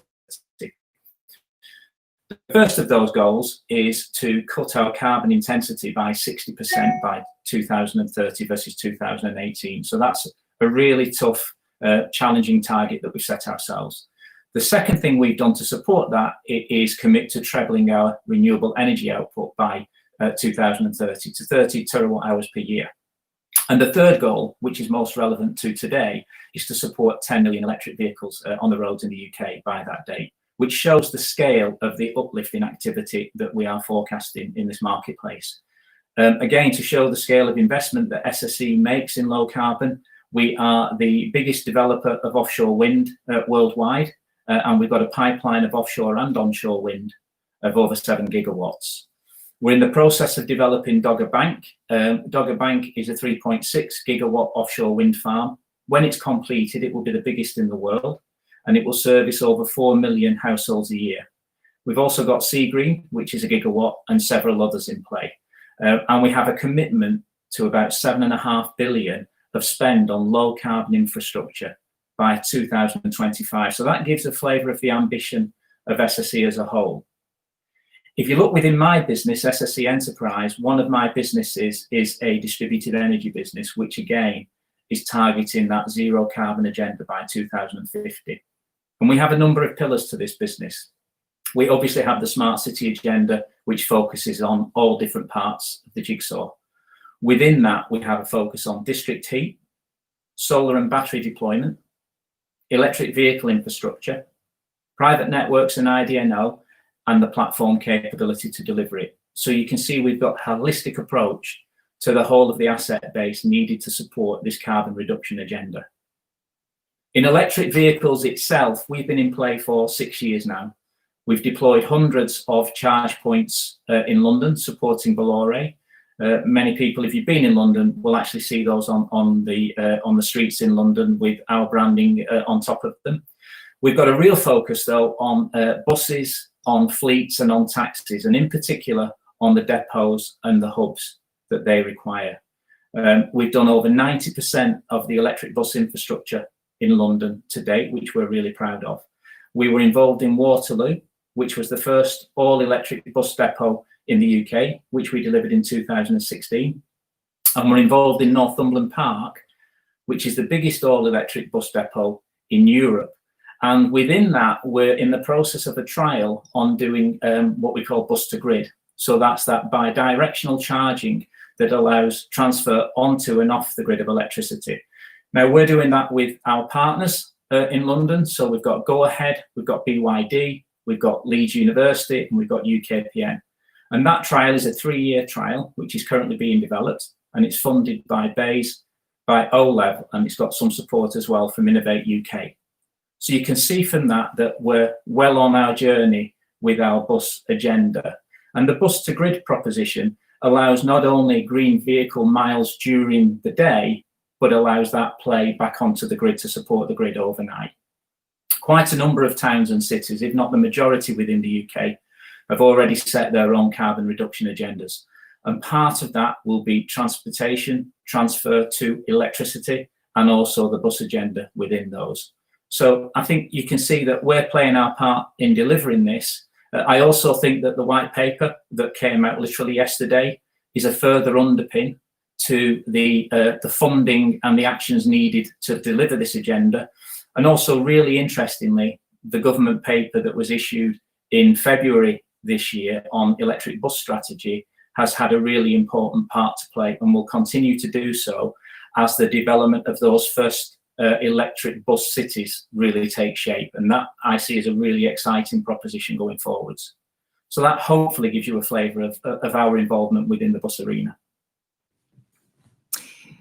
Thank you, Neil. It most certainly does. And over to a question, which is, it comes back to what you were saying about that bus to grid project. And curious to understand, obviously, one of the challenges in the bus sector is investment in the upgrade of fleet, and particularly given the year that we've had, the fact that we've got fewer people at the moment using public transport, and discussions about how to bring people back into public transport. So I guess the question for you is, does the bus to grid side of things perhaps offer a way to help ease that investment side of things from the operator's perspective? And if so, is it something that we will see everywhere? I think it definitely helps. And I think if you looked at the scale of it, if every bus that was in London, for example, the 9,000 or so buses that operate there, if they all started adopting this bus to grid philosophy and pushed it in anger when they were back at the depots, you'd have the equivalent of a small power station available for argument's sake, for 9 hours a day. I think it's part of a solution, not the whole solution, because I think we'll also see other vehicles and fleets using vehicle to grid technology. So I think we'll end up with quite a complicated infrastructure that allows the efficiency to be maximized. So for the buses themselves, I think it allows them to have a more efficient cost of supply. But I think there are other issues that the bus companies need to think about, and we as investors in this space need to think about, one of which is the batteries and the battery technology.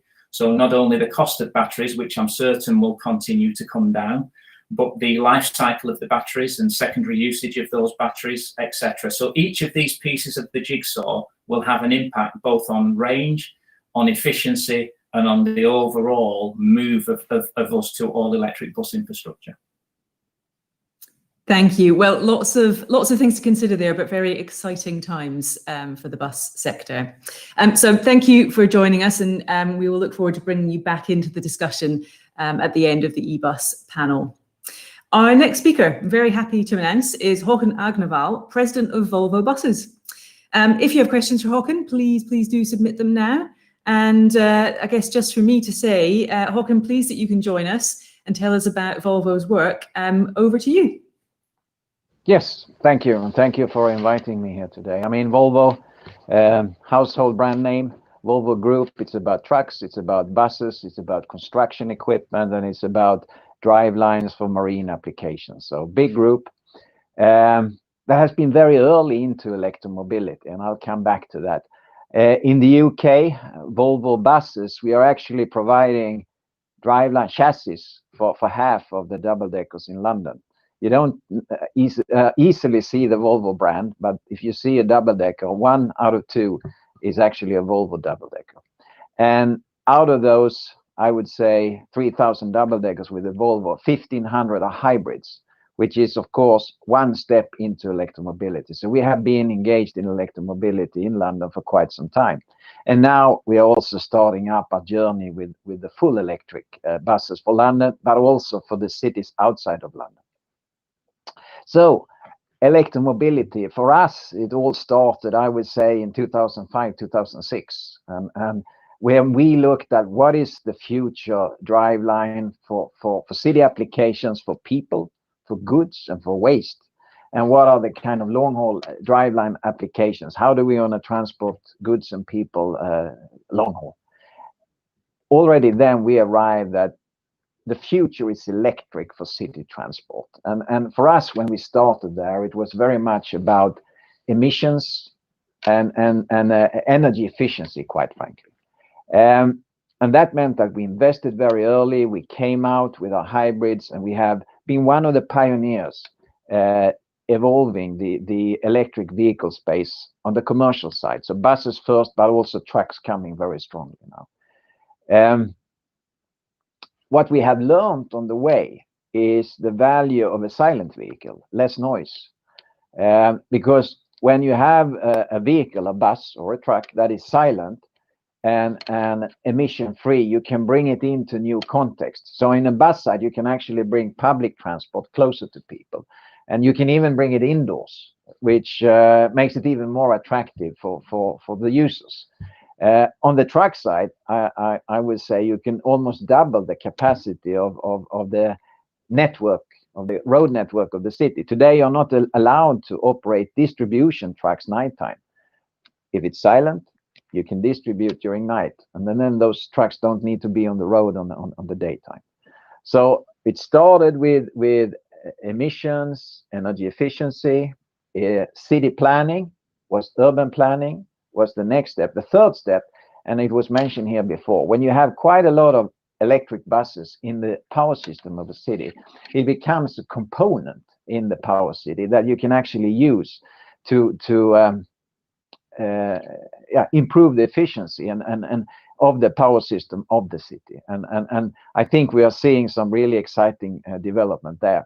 And then I would say the fourth step that will come, and I think more and more people are recognizing, and it's cybersecurity.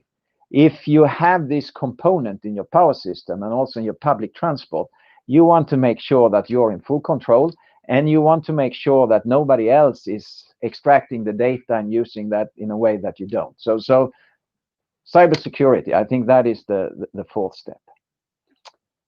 The approach to electromobility and electric buses involved, it's very much a system approach. It's a holistic approach where infrastructure is extremely important, because you need to optimize both the investment and the operation, infrastructure and vehicle. And there is quite a learning curve going on. There are different ways of charging. Frank mentioned that before. We have fast charging, quick, en route, you carry less batteries. We can basically run the electric bus forever because you charge it more frequently. There is no range anxiety at all. And then you have the overnight charging in the depot, where you need to fill up and to have enough energy to operate in a whole day. And there are pros and cons with both. You need to have, each city is different, so you need to do system studies and come up what is the best solution for a specific city. So the system approach is very important, and also the batteries. It's been mentioned before. You need to have a life cycle approach. So what is the second life of a battery that come from a vehicle? Because these batteries, they can be used for other applications, domestic application, power system applications, and then finally recycling. And there Volvo has also been very early in finding a way, a sustainable way to basically follow the battery from cradle to grave and make use of the battery at several instances in several applications. It's been a challenge for us as a bus provider, because we have been used at providing vehicles, but now we are providing systems, and that has also involved educating our own people on power systems, on recycling, etc. And that has been a really exciting journey. And we really see electromobility in buses taking off now. The big tenders are out there all over Europe, I would say all over the world, and the change is happening right here as we speak.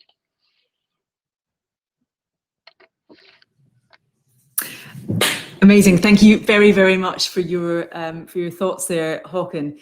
And time to go now to a question. And once again, clearly picking up on that theme of looking at specific locations and what the right solution is in a particular city or wherever else buses may be operating. And something that struck me is obviously that came out in what you were saying again. The other thing that you were saying was about the transformation that you've had to go through within your own company and your operations and understanding what your business is now. And that's something, I do a lot of work with cities and we see the same thing. There's a huge learning curve. And I think it is super exciting. It is something that energizes people, but it's also very hard work. And I thought actually it would be interesting to see if you have something you could say, perhaps from your own experience within the company, but also with your partners on the ground, about how you overcome the challenges of working on a learning curve that is so steep.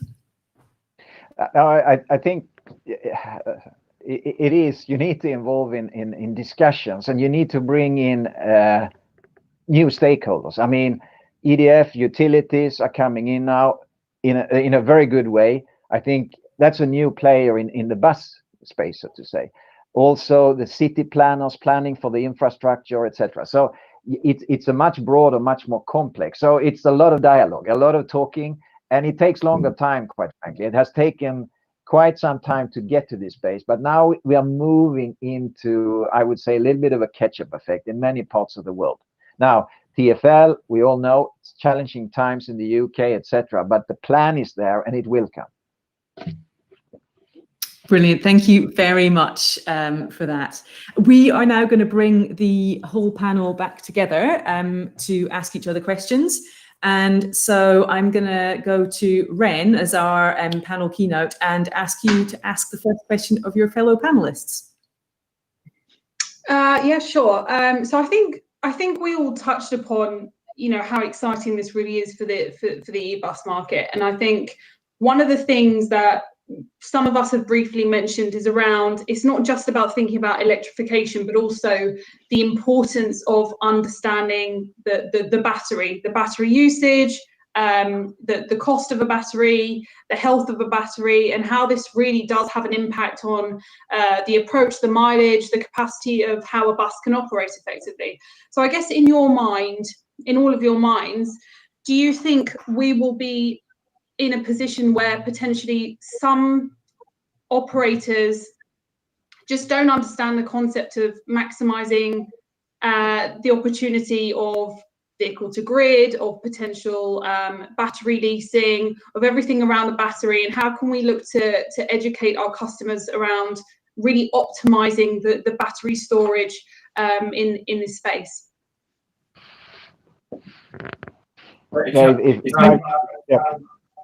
If I should, for everyone. Well, I mean, this is one of the most critical things to make the whole proposition viable, and I think operators are learning, and of course cooperating together with the vehicle suppliers and the infrastructure suppliers. They are learning very quickly on how batteries, how they're degrading over time, how you use that.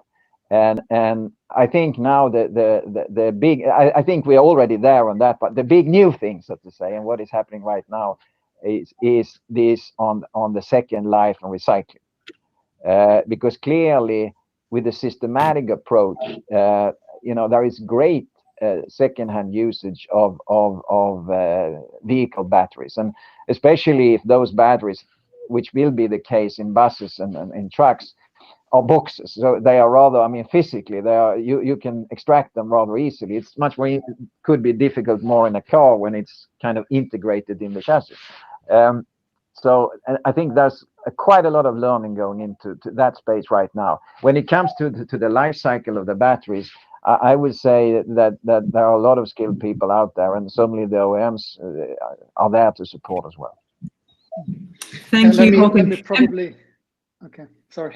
No, carry on. Okay. I just would like to add a bit, Ren, to your question when you say, is it how far are we actually in this integrating into the grid? And what I see is that still this industry is very young, right? So most of the electric buses which are deployed right now, there is this holistic opportunity, but probably not in the first generation. And we're in a lot of cases still in the first generation. So everyone needs to learn and needs to adapt. So I think that takes a bit of time to go forward, but then the opportunity is really great to do that. I also think that the traditional diesel bus market has got a lot of certainty around it. People understand the cost of the vehicle, the second-hand value of the vehicle versus the tenure people have in operating under their license.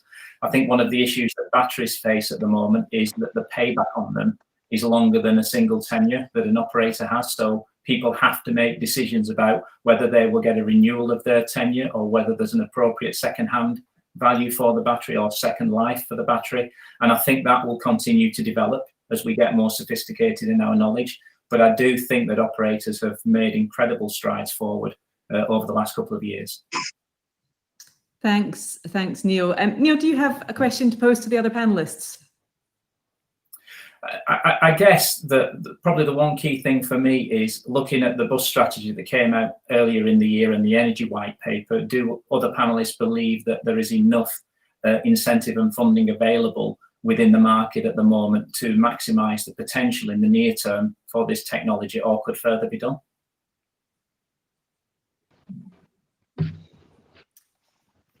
Oh, lots of squirming on the seats there.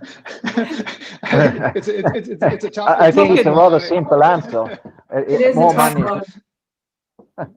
I think it's a very simple answer. More money is needed. I mean, it will take much more investments, certainly on the charging infrastructure side, and also investing in vehicle, because and let's be frank. I mean, today and for the foreseeable future, the electric buses will be more costly than the standard diesel bus, and still I would make a strong stand that I think the proposition is still very interesting, because we do need to consider all the positive environmental and health benefits. But of course, it's comparing, just the capex to capex. The buses are certainly more costly, and on top of that, you have the charging infrastructure. They have the spread between electricity and diesel. The electricity should be cheaper, so that will help you during the lifetime. But still, the break even between electric and diesel, I still think it's challenging, and so further support is needed from, at least from my side, with the starting point of the tremendous health and environmental benefits. And Ren, any further final thoughts on that? Yeah, I think it's a really difficult one, because I think the government have taken strides to pledge towards this, but I think there's a combination of councils really understanding the true benefits of this, and actually just making, just saying, right, we're going to do this, and we're going to do this at a certain point in time. But that involves a lot of investment, that involves a lot of education, that involves a lot of understanding about the best way to optimize the e-buses in their area. So I think there's a lot of work that needs to be done, which combines, the government, the councils, the energy suppliers, the operators, really just working together to try and find the best viable solution, because it does depend on areas, it depends on output and work. But I think it's a culmination of activity that needs to happen rather than just the government. I do believe that they should continue to provide more incentives like they have done, but it is really an educational aspect, and really just affirming that the electrification process is not as hard as it can be with the right tools and mechanisms behind it. Amazing. Well, thank you very much. Håkan, one very last quick thought. Sorry. I was going to say, I think we talk. No, please. Sorry, I think we've seen that the investment and the grant initiatives that the government have given have definitely helped the market move forward.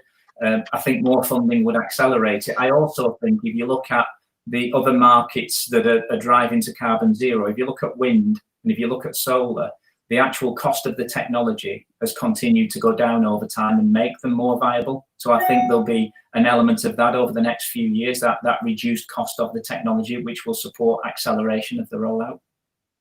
Thank you very much there. I'm afraid I'm going to have to wrap it up. It's been a really, really good discussion, and definitely would love to keep it going. Could chat with you happily for hours, but it's time just to say a really big thank you to you all, and particular thanks, of course, to EDF for partnering up with us on this really important panel.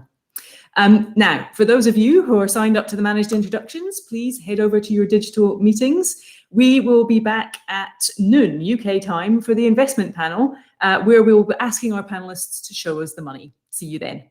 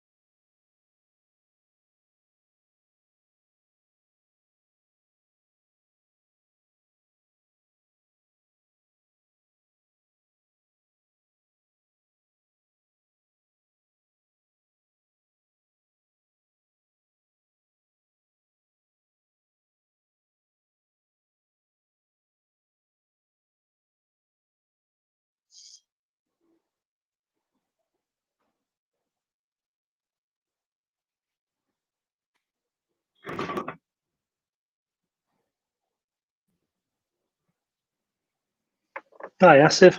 Hi, everyone. Hi, Maria. Hello. Hi.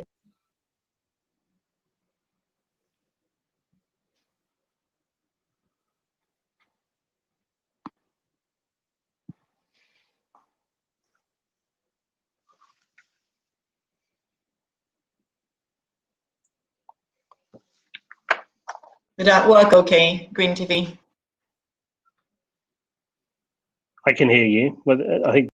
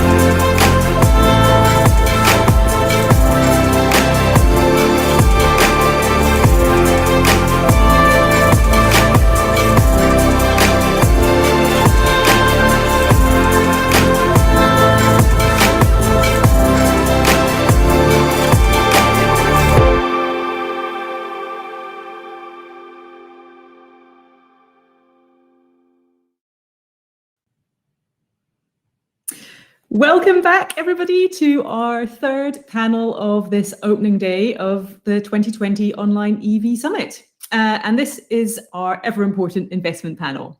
So like the OEM panel, it's one of the two panels that we retain as a focus year on year. Before we get going, though, a reminder to the audience, please send us your questions in the chat function. We will put those to our speakers. And while you were thinking up your questions, our panel this year will consider the following question. Should investors now see e-mobility as a completely safe bet? Is it a transition to battery electric vehicles that's now essentially a fait accompli? Well, to help us answer that question, I am delighted to welcome Mark Richards, partner of global law firm Bryan Cave Leighton Paisner, who's our sponsor panel as well. So Mark, you're a great friend of the summit, and we're very, very happy to have you back here this year. Our audience is all yours. Mary, thank you. Lovely to see you. And obviously missing Oxford and missing the EV Summit live, but absolutely delighted to be taking part in this panel. And you know, as Bryan Cave Leighton Paisner, we've been supporting the EV Summit for many years and inaugural sponsors of the World EV Summit. So we're EV Day Summit. So we're absolutely delighted. So thank you very much. So investors, I think the one thing we can take for granted is that no investors think any bet is a safe bet, and due diligence is critical. So by way of introduction, I'm Mark Richards. I'm a partner with the international law firm Bryan Cave Leighton Paisner, based in our London office. And I'm one of our partners who coordinates our global zero emission vehicles practice. We're delighted to sponsor this year's EV Summit investment panel, and we've got a wide and active client base who regularly invest in infrastructure and real estate assets. And we see them as they do as finding a massive opportunity to deploy capital in zero emission vehicle market, whether it's through infrastructure, software platforms, manufacturing, or technology itself. You know, one of the attractions to me about the EV space and zero emissions vehicle sector is how fast moving it is. And it's a really fast moving market. And I must admit, the opening remarks I was going to make today had to be slightly hastily rewritten as the government decided to publish an energy white paper yesterday. But you know, I can't complain, because I think many of us in the industry have been waiting for clarity on energy policy for many years now, and we're all digesting that as we speak. But now we have the energy white paper. On the face of it, it does look like very positive news from the investor landscape. You know, just looking at the highlights from an EV and transport perspective, we're seeing a rollout of charging and associated grid infrastructure along strategic road networks, including a 1.3 billion accelerated rollout for charging points for EV homes, workplaces, streets, motorways across England, and a recommitment to 582 million in terms of zero and ultra low emission vehicles as well. And over 500 million, £500 million spent over the next 4 years in development of mass production of EV batteries. And we've seen the news recently, the fantastic news that Blythe is getting a gigafactory in the UK, which is great for industrial policy perspective. So when coupled with the accelerated ban on the sale of internal combustion engine cars by 2030, the landscape for investment, I think, is looking good. Is it a safe bet? Well, we can come on to that in a second. And I want to leave the summit not just with my thoughts, but we've asked our clients, contacts, and members of the summit audience who are listening now how they felt about the market. And I thought it'd be useful to just share some of their responses in a survey we did, and maybe we can take some of this over in some discussion with the investment panel itself. So interestingly, when we asked our clients and colleagues where should the investment in e-mobility be prioritized, interestingly to note, and probably great news for Massimo and for Maria, 57% of our respondents suggested that further investment needs to go into public rapid charging. Only 26% said battery technology to improve range and reduce costs, and 20% on these incentives, this bucket of incentives to help price parity between internal combustion engine cars and EVs. Now, so we see rapid public charging, whether it's in urban hubs or whether it's in strategic road networks, as offering the greatest opportunity for deployment in EV related infrastructure capital.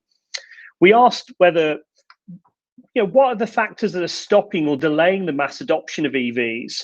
And 37% of our respondents said a high entry price for EVs themselves, a fair criticism. 29% again cited a lack of rapid public charging, and 14% said a lack of off-street charging solutions. Now, 2020 has been a really difficult year for a number of us, and we're all looking forward to 21, 22. And I think it's going to offer a huge array of EV models, which will create real choice. The only concern I have, and I'm going to mention the B word, is Brexit. Whilst we've had some harmonisation of CO2 emission targets for manufacturers, we do still have the threat of potential tariffs on car manufacturers, inward and outward bound exports and imports of cars, if we have a no deal scenario, no deal exit from the EU. So that's something to think about. Now, when asked what we thought was the most effective factor to influence rapid adoption, 52% again, rapid public charging. You can see a theme here. 13% scrappage schemes, 13% company car incentives. But again, massive factor, getting urban charging hubs right could be a game changer in our view. And getting that experience of getting rapid charging en route and in urban centres, I think is going to be key to the experience of owning an EV. Now, where's the capital coming from? Again, Massimoni's team probably know, but our respondents are saying 27% of them are saying private capital sources, VCT, EIS, PE, crowdsourcing. 25% they say from OEMs, which is really interesting. 14% government, 13% the tech sector. Now, so where's the money coming from? PE we were expecting, but OEMs in the mix. Could that be a situation where we find OEMs getting more vertically integrated, seeing more of this mobility as a service, more of this mobile phone style ownership of cars? Could this be the future? Could be an interesting investment thesis for people to think about. And then the final question we asked was, in terms of what's driving investment over the next 5 years, what are the factors for investors? And many investors, and in our survey, 40% said it's long-term income is driving growth for that, driving their investment thesis. 45% were saying diversification from fossil fuel stocks and from ESG scenarios, those kind of factors. 17% were looking at capital growth, high growth investments.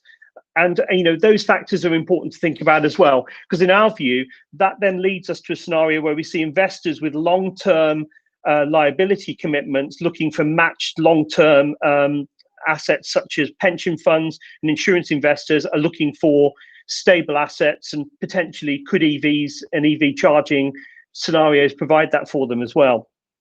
So thanks for everyone who participated in the survey.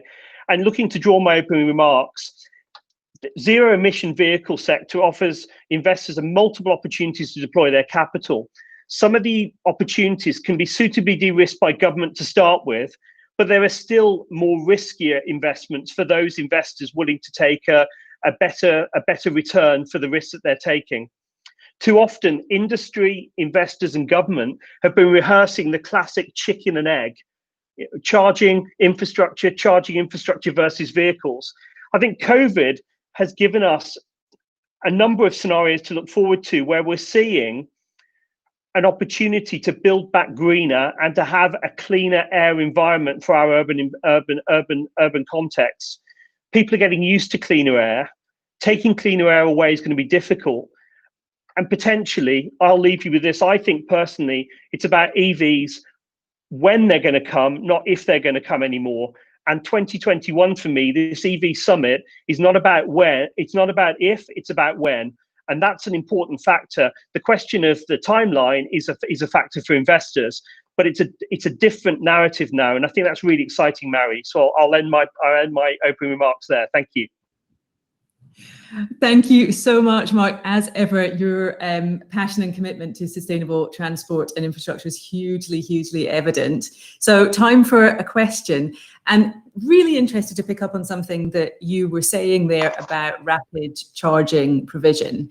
And do you think that, can we interpret this as being not just then a perceived barrier, a real barrier or a perceived barrier for drivers, somebody thinking about their own personal investment in a car or a fleet manager and their company investment in a fleet, but actually perhaps a compounding barrier, so that investment in a part of the e-mobility ecosystem that isn't necessarily directly investment into infrastructure is perhaps impacted by a concern about the lack of that infrastructure and the importance of its role? Yeah, very much so. It feels almost like the limiting factor. It's a perception thing. It was a fantastic event I held with Aid in the City of London when we could all meet, and we had a big debate and a discussion about, you know, what are the main things stopping mass adoption of EVs, and one of those things was, you know, could it be charging? Could it be cars themselves, or could it actually be education? And for me, there's an element of education. There's a lot of fear, uncertainty, and doubt, FUD, in some of the mainstream press about EVs, and I'm not sure where that's being driven, but we are where we are. We find ourselves where we find ourselves. We need to make the EV experience as seamless as possible for customers. And I think getting more rapid charging, more visible rapid charging, more urban hubs to make it a simpler process to people to imagine owning an EV. And then once they've driven an EV, I can assure you, as you know, as I know, you won't go back to an internal combustion engine car. And I think it's a bit like that. I think that education tied to charging will create a catalytic effect and create more and more adoption of EVs from there, in my experience. Thank you, Mark, for taking that question. And we're looking forward to having you back at the end of the panel for the discussion with the panelists. So now on to our second speaker, Massimo Resta, partner at Zook Capital, the private equity infrastructure fund manager. Zook manages the UK government-backed £400 million charging infrastructure investment fund. And again, before we hand over to Massimo, for our online audience, please do post your questions in the chat function, and we will bring those into the discussion. So, Massimo, over to you to address the international digital audience for this year's EV Summit. Well, thank you. Maybe a little bit of background on Zook to understand who we really are. So we are a private equity. We're based in London, and we've been invested in clean infrastructure for more than 15 years. We started with renewable energy, waste to energy, batteries, and most recently we diversified also in charging infrastructure. So we started up a company in the UK called Instavolt that is now the largest charge point operator of rapid chargers in the UK. We invested in EO Charging, again, a company producing, manufacturing and selling charging solution in the UK and abroad. And we invested internationally in the largest independent charge point operator in Italy. So being, let me say, quite experienced in the sector, and on the basis of that experience, we've been selected by the UK government to run the Charging Infrastructure Investment Fund, a £400 million fund dedicated to investments in public charging in the UK, underpinned by the UK government with 200 million. And as I said, we already invested through this fund in Instavolt, and we did a JV with Liberty Global. We formed a company called Liberty Charge that is now installing the under the payment charging infrastructures to support charging in residential areas where off-street parking charging solutions are, let me say, where people don't have off-street parking and they need on-street charging solution to charge their cars. So I'm really glad to hear that rapid chargers are one of the most attractive areas. Certainly, we share that view, but we also consider other areas as equally important, like residential charging and destination charging. So most likely in the future, people will charge their cars also while going ahead with their daily routine when they go to work or where they shop in a retail store. So we consider that there are a number of use cases out there, and we would like to address with our fund all these use cases and back companies and good team that will roll out these charging infrastructure. So it's a very exciting time to be in the space. We know the transition to electric vehicles is certainly fundamental to achieve the decarbonization of the economy. the 10-point plan that Boris Johnson launched a few weeks ago is definitely going into this direction. And I share the view that it's not anymore a question of if, but is the question of when. And definitely cars are coming. The O&M are on board. Investments from the private sector is pouring into the market, and the consumers, in my opinion, are starting to embrace the transition, and the numbers on EV sales seems to suggest that we probably reached an inflection point. Today, leasing an EV car is not more expensive than leasing a normal car, and there are additional benefits in driving this car. So I think it's just a question of time before we will see our roads filled with these electric vehicles. Brilliant. Thank you very much for that, Massimo. And just to open up then to a question, and I guess it's picking up on the discussion that we had at the end of the e-bus panel when we were talking about or touching on investment and potential view that there's room for a lot more government-backed finance. I'm just wondering if you wanted to give us a view on your perspective on the balance between public and private sector investment. Yes, I think it's I would call it a philosophical choice, right? So what is important is not to disrupt the private sector and the private investors from investing in this field. So there is not, let me say, a right answer, but I would say that the UK is more prone to letting the private sector do their job. And as there are private investors already investing in this sector, I think the government will concentrate in maybe facilitate these investments as opposed to competing with these investors. And probably this is the logic behind the Charging Infrastructure Investment Fund. So if it was up to me, and again, I'm not part of the government, I would say that subsidies for the acquisition of cars that would pull the market are definitely, let me say, a necessary distortion at this point, right? Because they would pull the market. I would be more careful in using subsidies for the charging infrastructure, so to finance the charging infrastructure completely. I would see maybe a role in facilitating the installation of these chargers in areas where the market fails, where there isn't enough private sector appetite. But it's definitely a difficult one, right? Obviously. That's interesting, and perhaps points to some of the on-street challenges that you also touched on with part of your portfolio there, in terms of where there's been less uptake of government support, and another look at how to finance that kind of charging infrastructure. Well, thank you very much. There's going to be an opportunity to ask some questions yourself at the end of the investment panel speakers, so we'll look forward to having you back at that point. And thanks for the questions coming in from the audience. Please do keep them coming. We like to keep ourselves and our speakers on their toes, so we need your help to do that. So now moving on to our next investment panel speaker, Asif Ghafoor.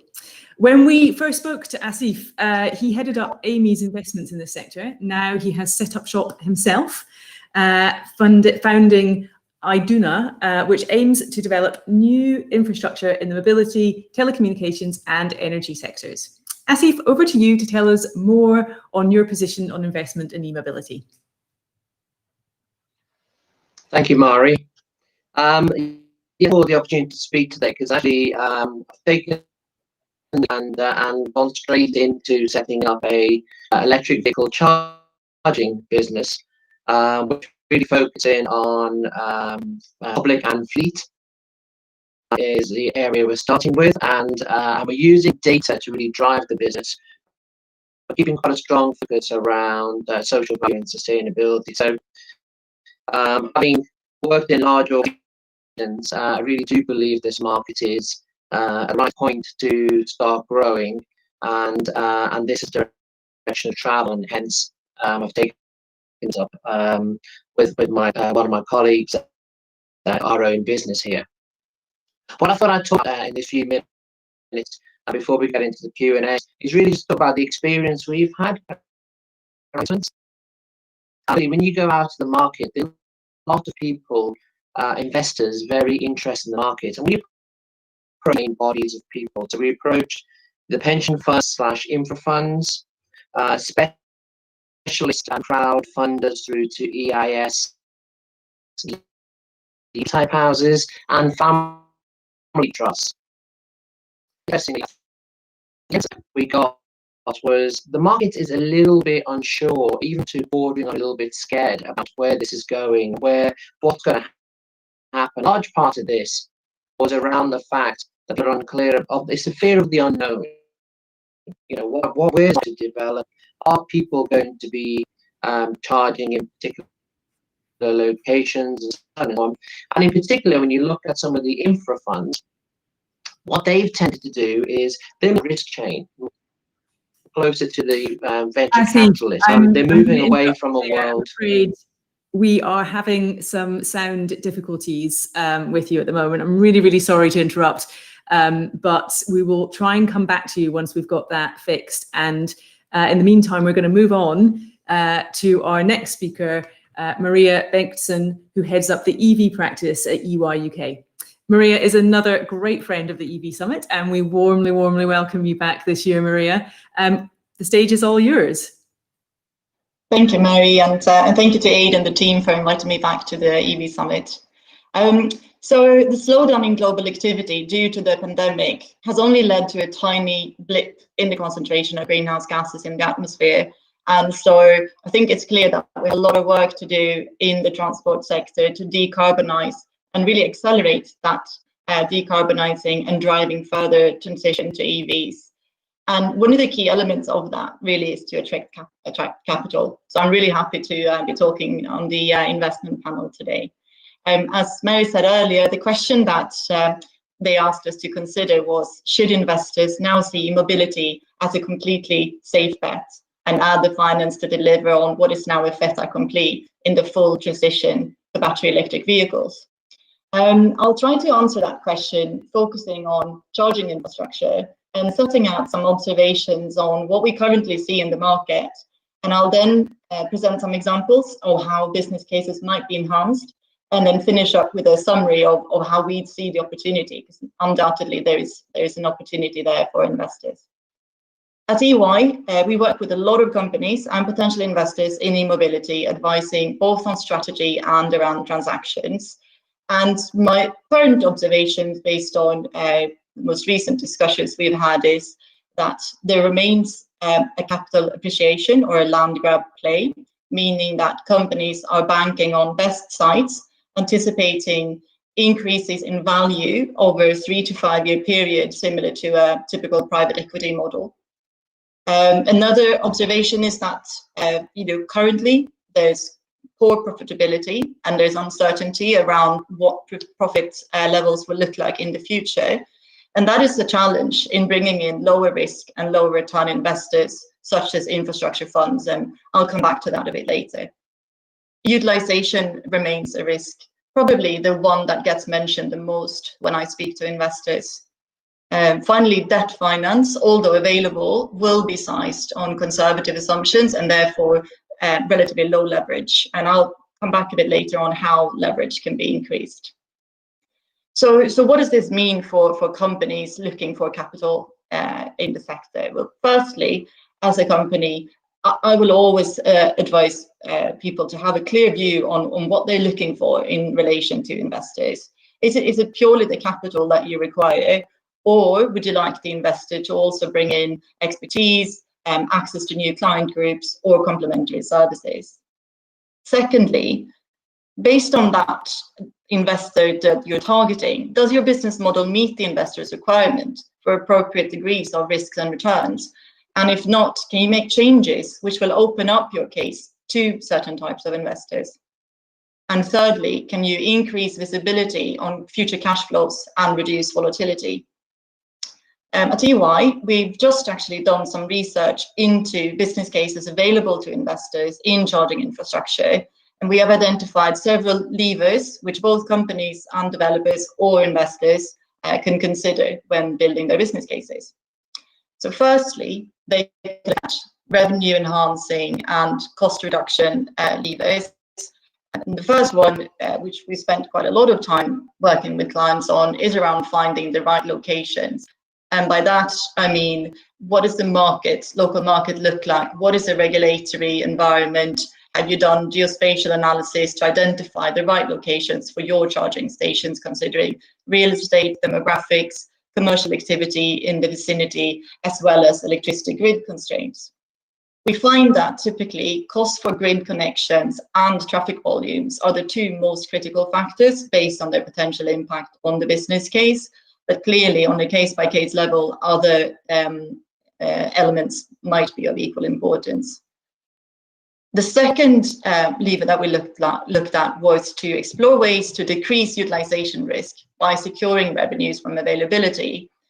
You can achieve this via partnering with property developers to become the sole charging provider for a development or housing development or an office development. You can co-locate with the business, be it a retailer, a leisure park, etc., who's looking to attract customers with EVs or want to further their own green agenda. Having availability-based revenues will help in attracting either low-risk equity capital or to increase the leverage. The third bit we looked at was add-on services. This could be simple things like advertising, or it could be more sophisticated areas such as EV or battery leasing, fleet management, or grid flexibility services.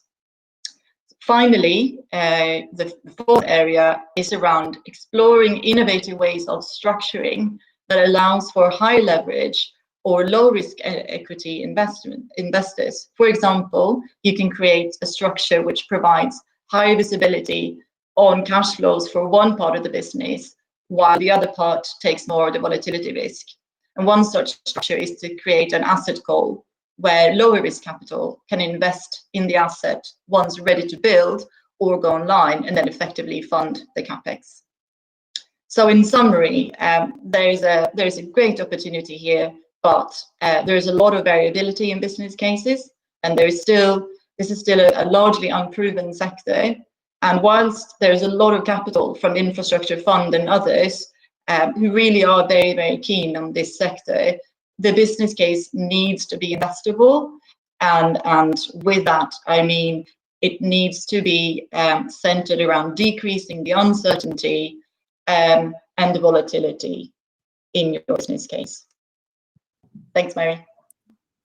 Thank you, Maria. So interesting there, we moved to a question that you were talking about addressing uncertainty, but earlier you were also talking about, what is it that a business is looking for from an investor? Is it just the capital, or are they looking for expertise and access? And that kind of speaks to a bit of, I guess, yet another chicken and egg in terms of looking at uncertainty, but perhaps also asking your investor for expertise and access. Can you say a little bit more about that?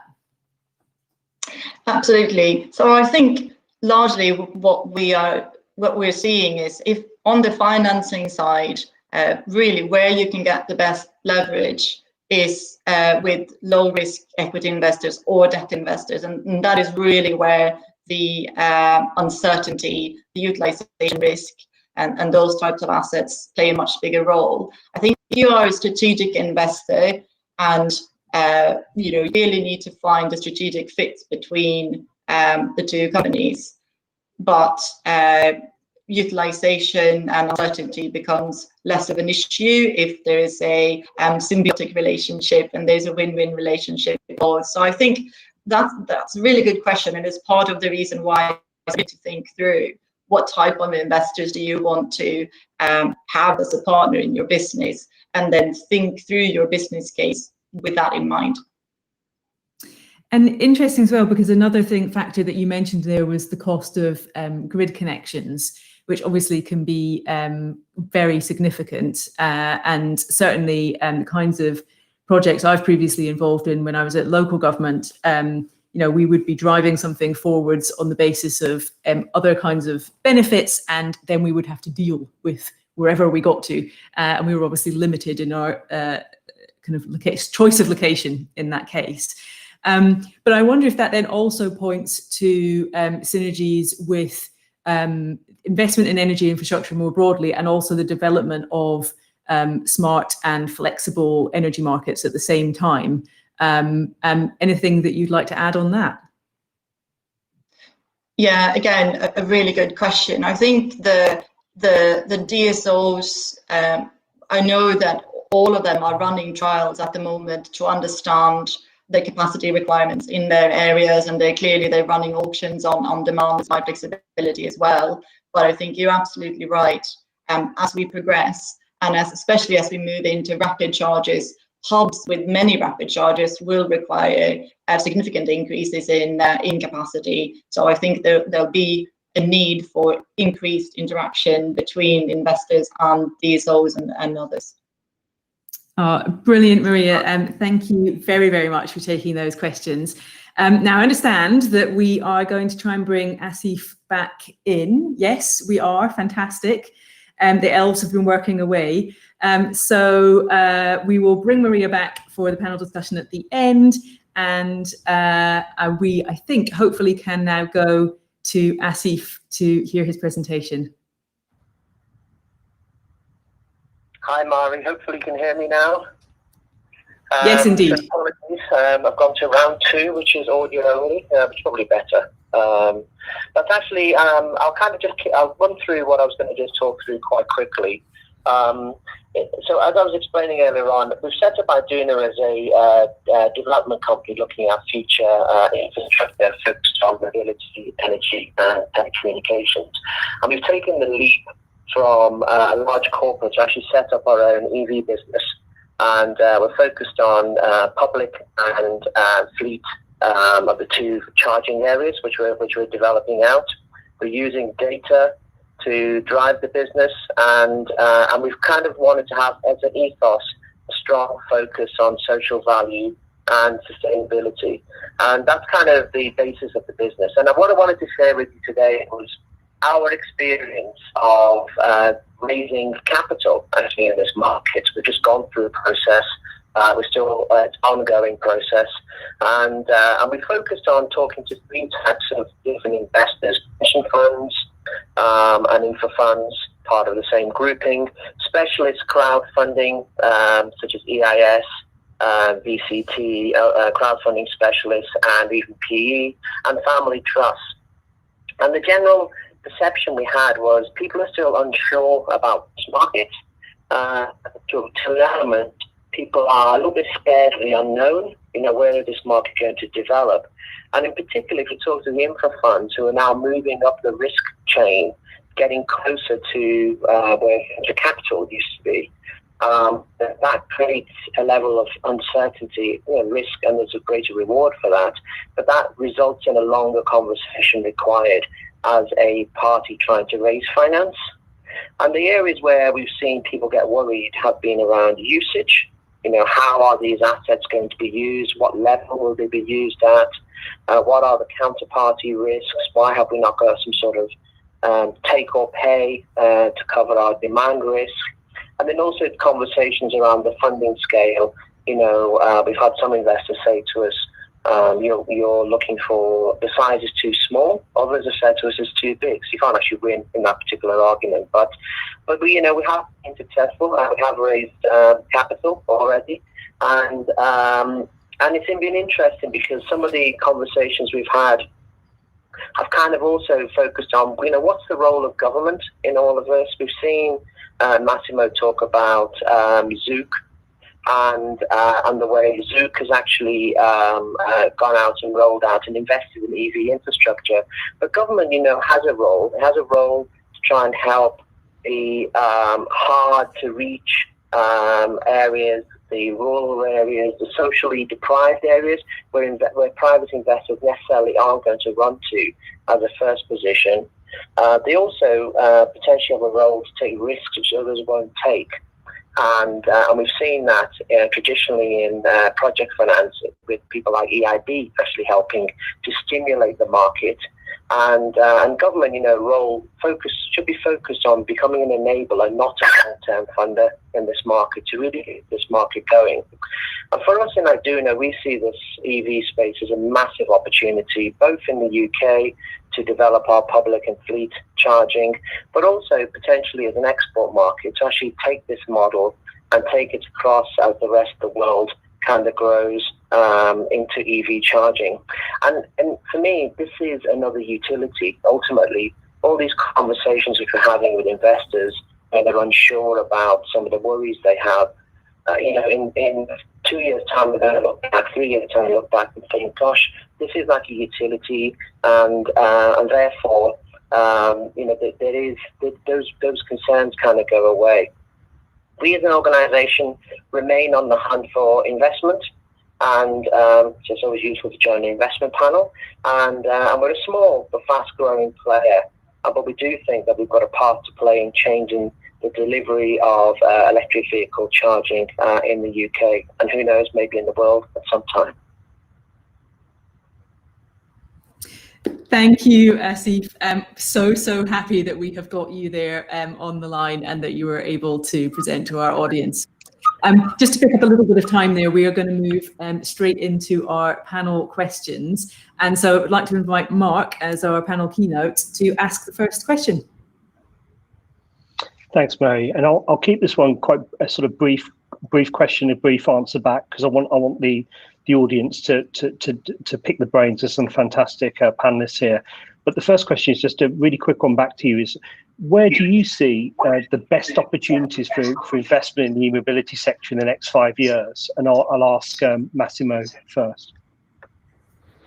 Well, thank you. Well, as you know, we invested in InstaVolt because we saw that the rapid charging network is certainly one of the use cases that will need to be developed in order to promote the transition to EV. So that is, let me say, the first answer. The second one, again, is in a way testified by our investment in Liberty Charge. We believe that residential charging is definitely important, because there is no better destination than home, right? People will come back home and they will want to charge their car while they're there during the night. So we believe that is probably one of the hardest market to crack, but definitely one of the most rewarding.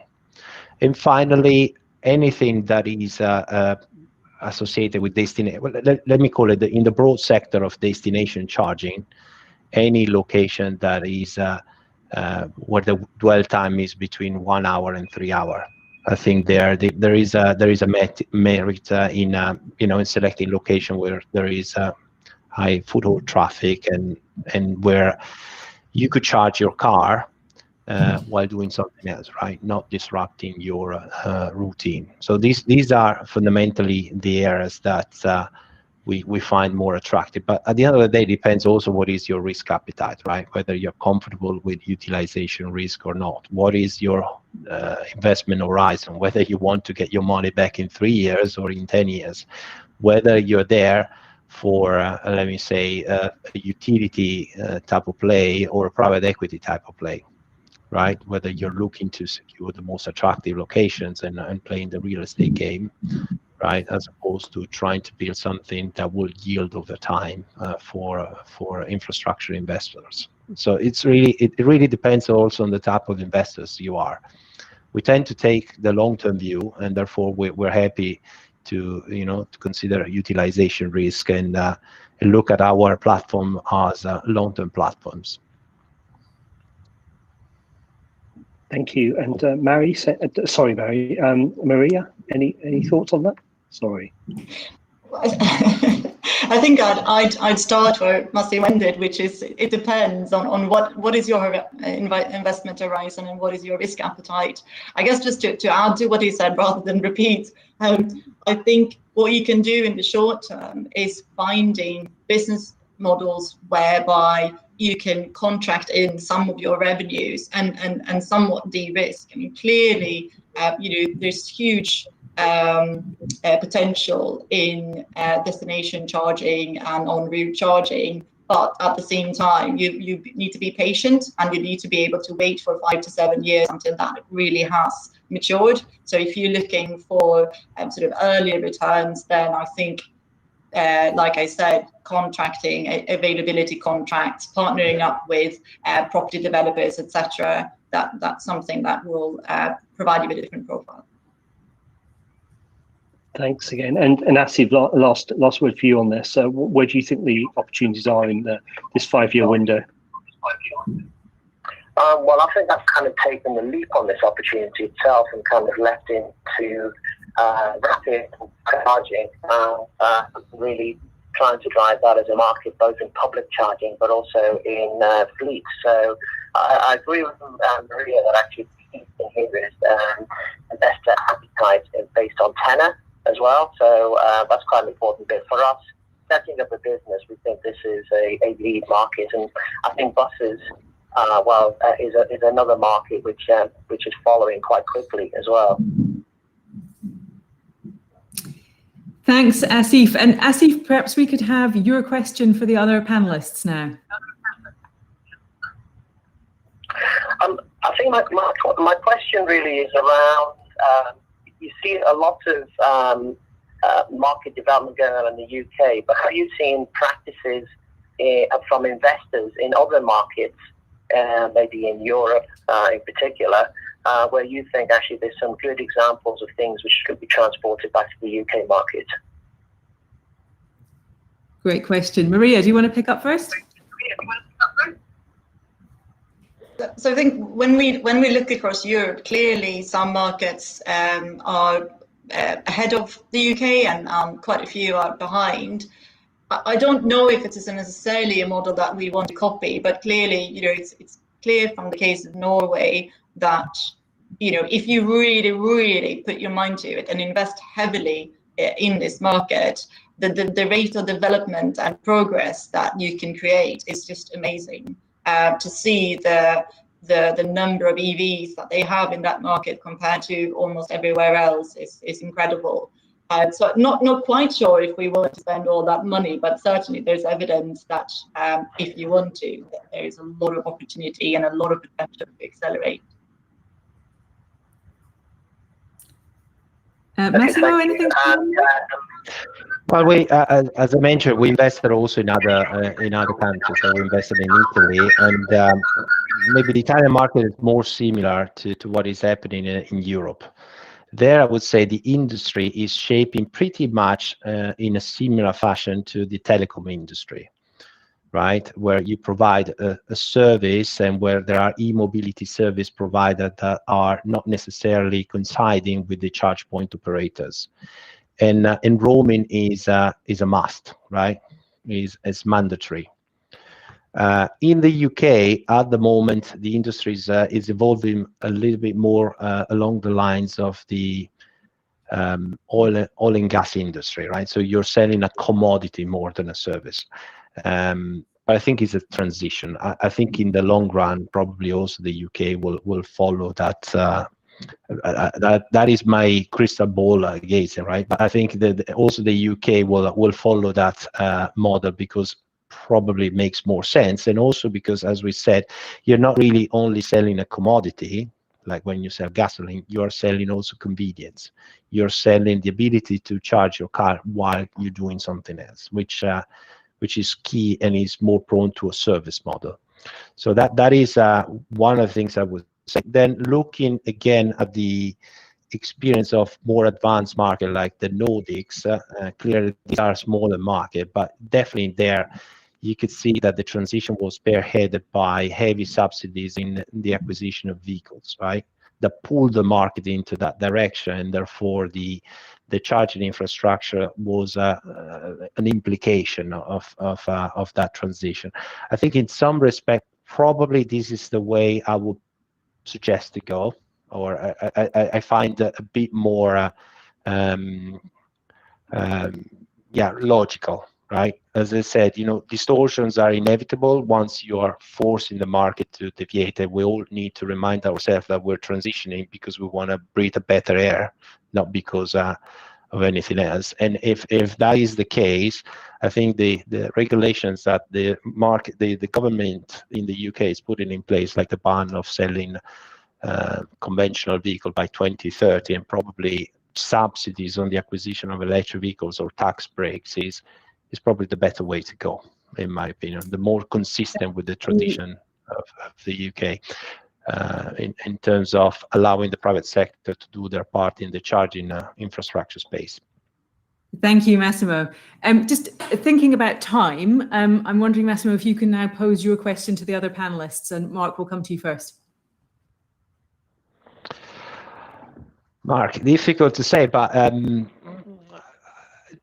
so clearly charging infrastructure is in the rapid chargers are, you know, the most obvious thing that the public will see, that because there's, let me say, people that are not using an electric car are still in the mindset of replacing or approaching the experience that they have in using a traditional car. But actually, the evidence from people using cars suggests that most people will actually use slow chargers and charge while they're doing something else, right? So how do you think how would it be possible, let me say, to educate the public and tell them that this is a different tool, right? It's not exactly like the old car. These cars will be used and differently, and help them to transition. Now that's the $54,000 question, Massimo. It's a great question. I think from my personal experience, I'm lucky enough to have a driveway and a car and a 3 kilowatt sort of plug in there, and hey presto, every morning I'll wake up and there's 80%, never charged to 100%, folks, 80% charge on my car, and that's all fine. And actually, it's a wonderfully sort of liberating experience. But for those individuals, at the moment, we find ourselves with about 90% or so of individuals who own EVs have a driveway in order to charge their car. We're going to move to a situation by 2030 where there's probably 40% of those EV owners will not have a driveway to charge their car. So my experience, and this is where I'd put my chips if I was betting, and I'm just a mere scribbler, I'm a lawyer, but if I was betting, I think no one has properly, truly got the urban charging experience correct. And if you can get that right, an urban context where people can rapidly charge and do stuff in the context of an urban rapid charger, that would be game changing in my experience. We've all had I hope some of us had the experience to go to GridServe. I mean, it's the Braintree facility is truly game changing. It's transformational.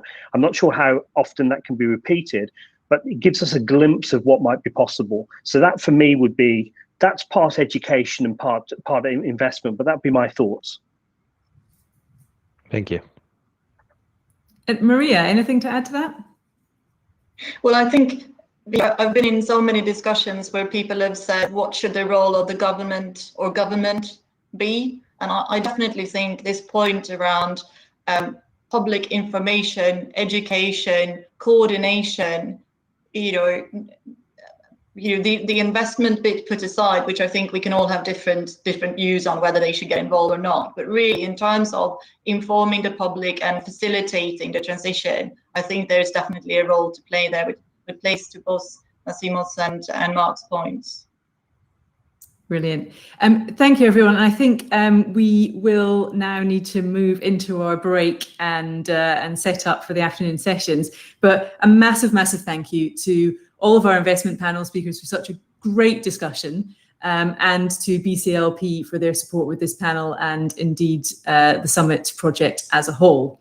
All that remains for me to say is thank you for joining us. I hope you will be staying with us for the UK time afternoon session.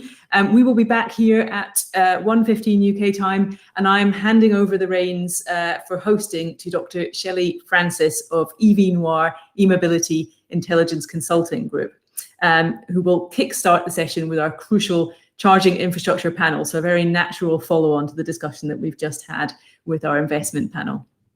I hope you enjoy it, and I will see you again tomorrow.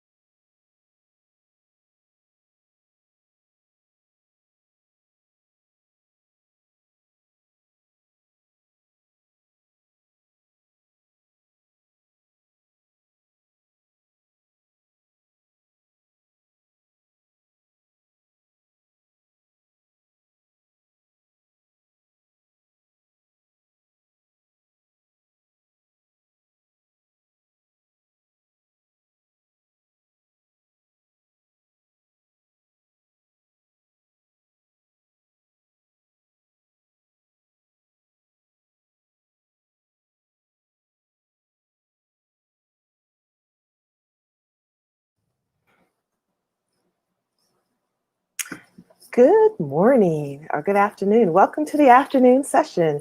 My name is Dr. Shelley Francis, and I'm the co-founder and managing partner of EV Noir Mobility Intelligence Consulting Group. I'm so happy to be joining the summit for the first time from the United States. I think we can all agree this is the time of dynamic change for the sector. And coming from the United States, dynamic change is something that we are on the cusp of experiencing on a number of different levels. So I'll be moderating this afternoon session, and I am very excited to learn from the EV Summit's C-suite lineup on what's happening in the UK with charging infrastructure and across the globe in the world of sustainability. Our two panel topics for the afternoon of day one of the 2020 Online EV Summit. So the opening afternoon of the EV Summit, I'm very pleased to announce our second keynote speaker, Pascal Romano, the CEO of ChargePoint.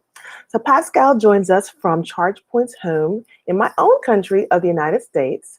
Pascal, many thanks for joining us, and we're excited to hear your keynote speech. My name is Pascal Romano. I'm CEO of ChargePoint, and thanks for having me here at the EV Summit as we start to talk about the first point that I want to make regarding our industry. What you'll see is the UK has taken a courageous step in announcing a full ban on the sale of internal combustion engine vehicles out in the 2030 timeframe. And it brings me to the one of the first points that I want to make about our industry, in that the butterfly effect is alive and well. And if you look up the origins of the butterfly effect, most of us have heard about it in some capacity. It was actually first identified by a man named Edward Lorenz, who was a weather scientist. And it was noticed that small changes in initial conditions had large effects in weather models downstream by a few days, weeks, etc. So you could make what were insignificant adjustments and out in the later times have something that was pretty substantial.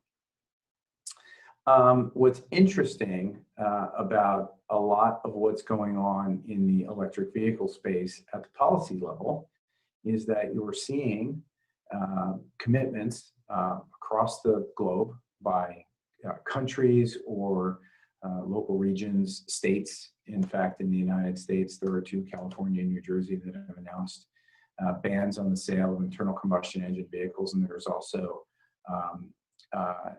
policies in effect that effectively make it more challenging, that phase out effectively the purchase of internal combustion engine vehicles. And what do these all have to do with the butterfly effect? They actually are an interesting twist on it, in that the announcement of something that will take effect pretty far in the future is having an incrementally more pronounced effect now on behaviors. So it's almost an anti-causal version of the butterfly effect, and I'll go into it in a second here. What you're seeing in this chart is this chart, and the top line represents overall vehicle sales, regardless of whether they're electric or traditional petrol vehicles. Over time, combined sales from North America and Europe. And the little notch that you see in the early years, that's the COVID effect, as people had to comply with the stay-at-home orders and the restrictions in mobility. You see a reduction in the purchase of new vehicles. There's also probably some economic uncertainty that's contributed to that, but as COVID is predicted to subside, you're seeing a natural recovery of the purchase of cars, and then you're seeing in the long term the projected decline in car ownership, which prints through to new car sales rates dropping. What you see below is a line representing the combined new car sales that are electric drivetrain vehicles over the same period of time, and that's again combined North America and Europe. What you see there is a rising trend. Now, the interesting thing is these trends are not charge points. They are from Bloomberg New Energy Finance. In Bloomberg, essentially predicted these numbers before a lot of the bans were announced. Not all, but a lot. And my conjecture, when you look at this data, is that the establishment of a growing number of constraints on the sale of traditional internal combustion engine vehicles will actually have an increasing effect on a consumer's willingness to buy an internal combustion engine vehicle. And the reason is that simply the residual value of that vehicle is going to get called into question if there's a ban looming on the horizon. So the relationship to the butterfly effect kind of goes like this. If I have a ban out there, it's changing my behavior now incrementally. And the closer I get to it, the more effect it has on if I were teetering on the brink of going one way or the other with my purchase, that I probably lean in the direction of the electric vehicle. And we all know that that adoption then will itself, through just the effects that we have on each other from a trend perspective, also accelerate the purchase of electric vehicles. So I believe that this curve, especially if there's an increasing rate of announcements on bans globally on the sale of internal combustion engines, this curve has to be steeper on the orange line. It has to be steeper. And the gap between the orange line and the blue line has to be a lot closer, if not close completely, somewhere in that 2035, 2036, certainly before 2040 timeline. So keep that in mind. Now, let's talk about another effect that's exerting itself on the electric vehicle industry, and that is it's a global industry. This is a collection of brands by region that are participating in the vehicle industry as we know it for passenger cars and fleets, and it's not an exhaustive list. It's not a complete list, but it has most of the logos and names on it that you are well aware of. Now, what's also interesting about this chart is we've split the chart in terms of legacy auto manufacturers that have existing established internal combustion engine businesses and that are in the process of transitioning their product lines. And we've also shown what we call born electrics. These are the ones that have no constraints. They're not hampered by having to migrate a legacy business, et cetera. They've got no participation in the traditional internal combustion engine auto market. And what you see here is two factors that are afoot. First of all, the born electrics keep the legacy auto OEMs honest because they are going to run as hard as they possibly can at electrification. And what that does is it puts pressure on the legacy auto OEMs in terms of their time frame, the time frame that they have to evolve away from their legacy business and towards electrification. They're almost forcing the speed knob on a treadmill, so to speak, to be a little bit faster than your comfortable running pace. So that's one effect. The second effect is that as more and more countries and regions decide that they are going to set restrictions on internal combustion engines. In the UK, you see some city center bans on that are upon us now for internal combustion engines in congestion zones, for example, and then ultimately we're getting closer with each passing day to the full ban on the sale of internal combustion engines. That is going to put pressure on automakers to have to decide where they put their R&D dollars. We are only a few design cycles out from those bans taking effect. The design cycle on a platform at an auto OEM takes multiple years, given the scale and complexity and just the machinery involved in getting ready to launch a new platform and then continue to service that platform as the market moves forward. If you need to compete globally and you can't sell internal combustion engine vehicles in certain geographies, then what happens is there is pressure to increasingly move faster to selling only electric vehicles, because if you know that's the future and you can't afford to do both R&D programs justice, you have to put your investment in what is going to be the long-lasting platform on a go-forward basis. So there again, the more bans and the more policies that are put in place that seem innocuously far in the future, those are affecting investment decisions today that are going to move the electrification even faster. Okay, one more thing that's going to be interesting is we're moving from a pumping model with petrol to a parking model with electricity, because electricity is pervasively distributed. You don't have to dispense it at a controlled location. You can have it where you sleep at home, either a single family residence or street side or apartments and condominiums. You can have it where you work, certainly. You can have it where you shop and go about your business around town. And where it looks like a petrol forecourt is when you're driving beyond your battery range and you need to find a place to stop and fill as fast as possible and potentially have a coffee or reload your refreshments or what have you, and then go about the balance of your journey. That's the only time it looks like a forecourt. So as a result, as we have more and more electric vehicles and less internal combustion engine vehicles, and we don't have the constraint that we are storing an environmentally hazardous substance that has to be permitted and put in a controlled location. So the places you can put electric vehicle fueling have less constraints, more flexibility. So you can put them closer to things that people would maybe want to do when they're stopped.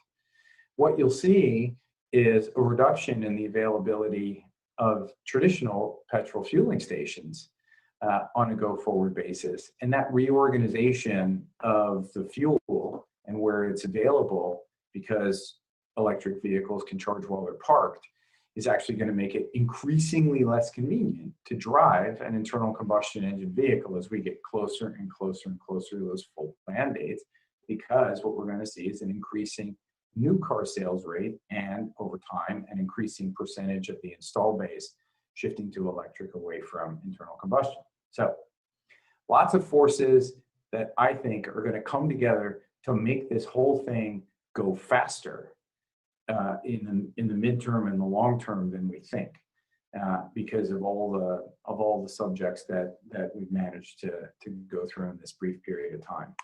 So what I'll leave you with is a bit of a taxonomy of our space, the charging space, and how to think about it, because it can be quite confusing. In our opinion, there are three major categories of players in the electric vehicle charging space. There are the solution providers. Those may or may not have a public-facing brand, but those solution provider, and they may or may not have hardware, by the way, that they design themselves, chargers that they design themselves. But what they provide is a platform that businesses can use to deploy charging in their parking lots. Okay, so if you're a workplace, if you're a retailer, a parking operator, etc., you can acquire a solution from one of those companies, get a fairly complete support offering and a software offering to be able to manage that charging experience in your parking lot. And you can also optionally get hardware from some of those companies as well, so they can be even more turnkey. And they'll usually support drivers to some degree, depending on their business model. In the middle, you've got what we consider to be asset owners. These are folks that want to own charging assets, and on the back of that ownership of an asset network, sell consumers or fleets power and fuel in the form of electricity. And so those asset owners typically don't implement all of the technology, or don't design all of the technology, I should say, themselves internally. What they do is they, for the most part, buy technology from one or more, well, usually one of the solution providers in the first set, and one of the hardware providers, or more of the hardware providers in the bottom set. Which brings us to the last category, which are the hardware-only providers. These are folks that make chargers of all the different speeds and feeds. They may only make a subset of them, or they could make a full product line covering all the bases. But they focus on the hardware problem exclusively. So typically, not the primary decision, not the first driven decision within a business. That would be what network is going to be utilized across that site to manage the charging experience, and secondarily, then what hardware is going to be brought onto that network to affect the total charging solution in the parking lot. And again, if you're in a business that's not in the business of selling energy, those categories in the ones in the first category are likely to be the driver-facing brand. And if you're serving if you're in the second category where you're also directly serving consumers, you're likely to be a buyer of technologies in the first band and potentially also in that third band down below. Okay, so that's a bit of a taxonomy, an easier way to, I think, break apart our industry. You've seen what we think to be the forces that are going to make this go faster finally. Things tend to be underestimated in terms of how hard it is going to be to establish a new trend, a new transformative thing like the electrification of transportation. But I think equally, we underestimate how fast it will accelerate when all the pieces are in place. And I think you're starting to see that. And with that, I will leave you to your day. Thank you very much and appreciate your attention.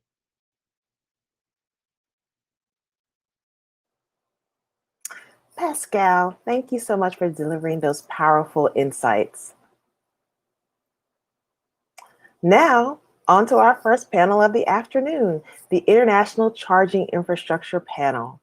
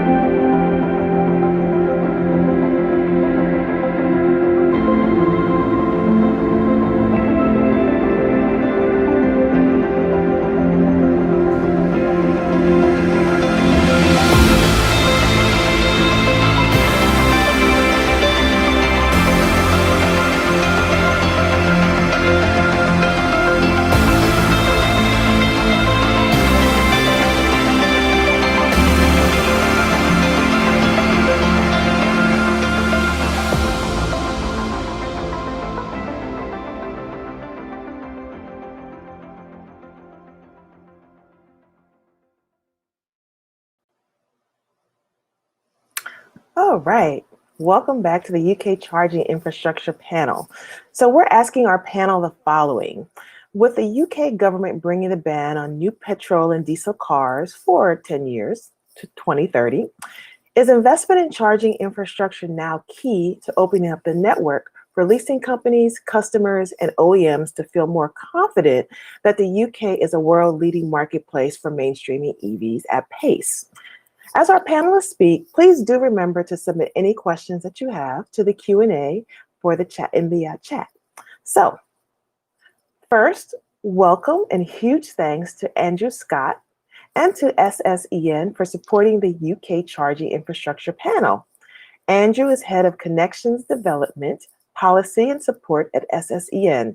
Andrew, please do start us off with your thoughts on this vital sector in the UK.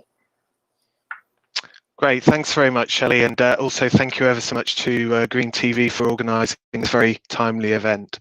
As Shelley said, I head up the Connections Development and Policy Support team at Scottish and Southern Electricity Networks, and it's an absolute pleasure to sponsor this panel discussion on UK charging infrastructure.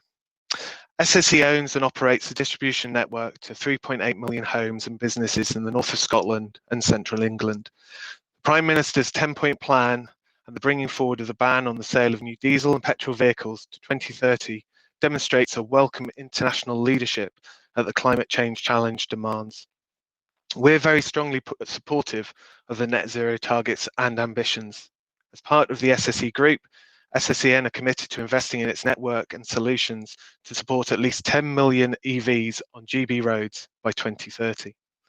The transition to net zero poses exciting opportunities and challenges for the UK UK electricity networks and the homes, businesses and communities therein. I'll spend the next 5 minutes just to cover off 3 critical points. Firstly, we should learn the lessons from the rollout of other critical infrastructure. Since March this year, every home and business in the UK has had the legal right to request a decent, affordable broadband connection. The universal service obligation was a necessary remedy to a digital revolution that had left communities behind. SSEN supports what the Climate Change Committee has called a universal service expectation. In England, 75% of local authorities, 25% of private rented and 25% of privately owned households do not have access to off-street parking, making their EV transition dependent on public provision. If we're to meet the net zero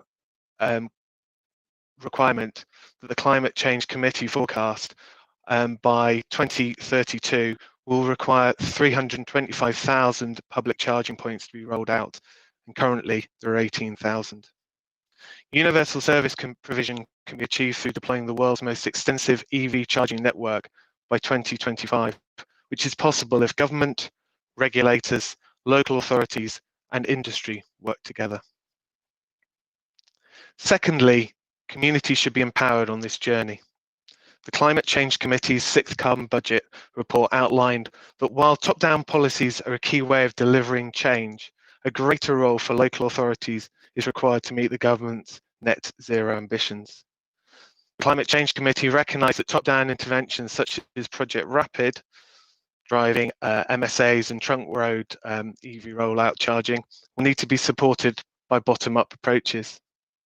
This can be secured through local area energy plans or the local heat and energy efficiency strategies in Scotland, which can direct infrastructure investment aligned with local communities' net zero ambitions. We're developing local network plans as part of our preparation for our next investment period in ED2 from 2023. A good example of this is the Electric A9 project focused on expanding and reinforcing Scotland's existing EV charging infrastructure by developing multiple EV charging hubs along the A9, the longest road in Scotland, which will help drivers in both rural and urban Scotland access the benefits of driving EVs. SSEN has supported the delivery of these charging hubs by working closely with local authorities and Transport Scotland to develop an understanding of their overall objectives and support this through the preparation of feasibility studies focusing on optioneering sites to balance network capacity and charging needs. This has led to a far greater shared understanding, increased efficiency, and an improved success rate of converting applications to successful schemes. Thirdly, customer journey will be crucial.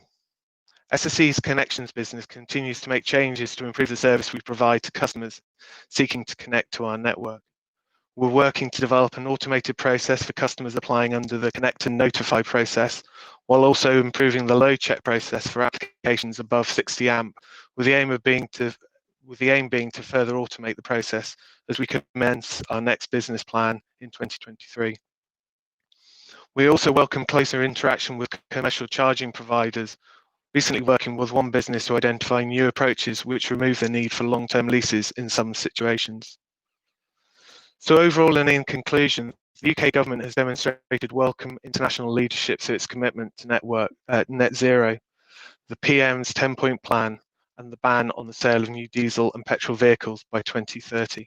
We're primed and ready to turn the ambition into action. The next 10 years will be critical in accelerating the UK's net zero journey. It's imperative that the regulatory regime that electricity networks operate under is aligned behind the government's ambitions, and we're enabled to make net zero a reality. Thank you.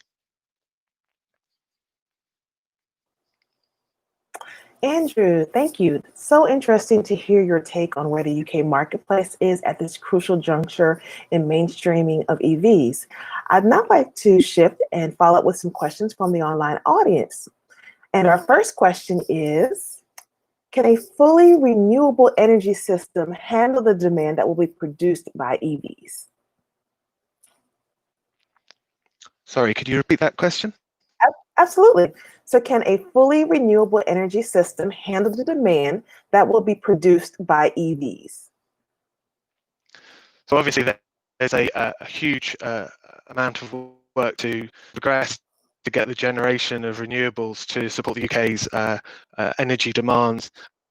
Clearly, as a business, SSE are committing to triple their renewable generation over the course of the next 10 years. But I think we need action right across the UK to ensure the energy is available and the infrastructure is then there in order to deliver on that demand. Excellent. Andrew, very many thanks for filling that question. Please do join us at the end of the panel as we open up questions to your fellow panelists. Speak to you again shortly. All right. So our next panel speaker is David Watson, the CEO of Ohm. David is a world-leading technology innovator in intelligent charging, helping electric cars and drivers charge at off-peak times. As always, with the interactive format of the EV Summit, please do post your questions for David and indeed to all of the speakers this afternoon. So David, please take to the global digital stage. Thank you, Shelley, and thanks to GreenTV for giving me the opportunity to say a few words at this panel. I'd like to start by saying that the UK government's green industrial revolution and the phasing out of EVs 2030 should be, or not EVs, ICs by 2030 should be applauded. To date, the charging industry has done pretty well here in the UK to roll out large amounts of public, private, and at-home infrastructure. However, when the public and private sector work together hand in hand, things happen a lot quicker. We can't expect all the problems out today, but I think that the UK is leading the charge, and the industry has to work together to try to figure out what the roadmap is to deliver the ambitious targets.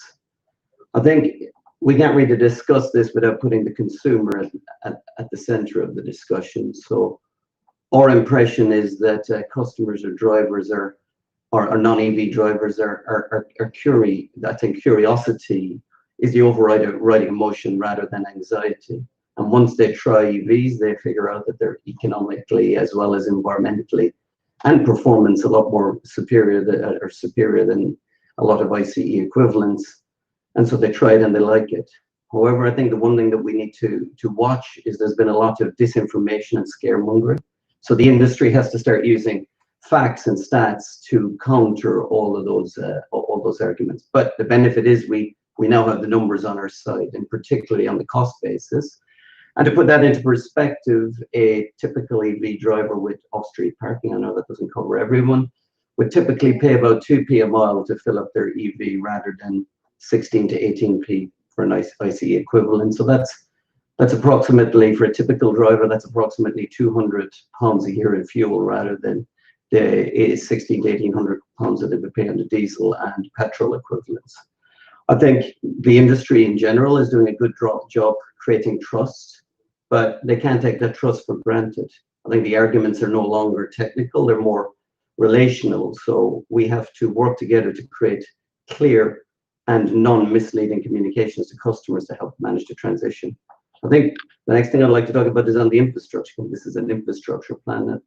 I think nobody underestimates the challenge that that the Green Industrial Plan, as well as phasing out of internal combustion engine, leads to. But I think we have to start. I think the EV industry is well placed to be a solution rather than a burden.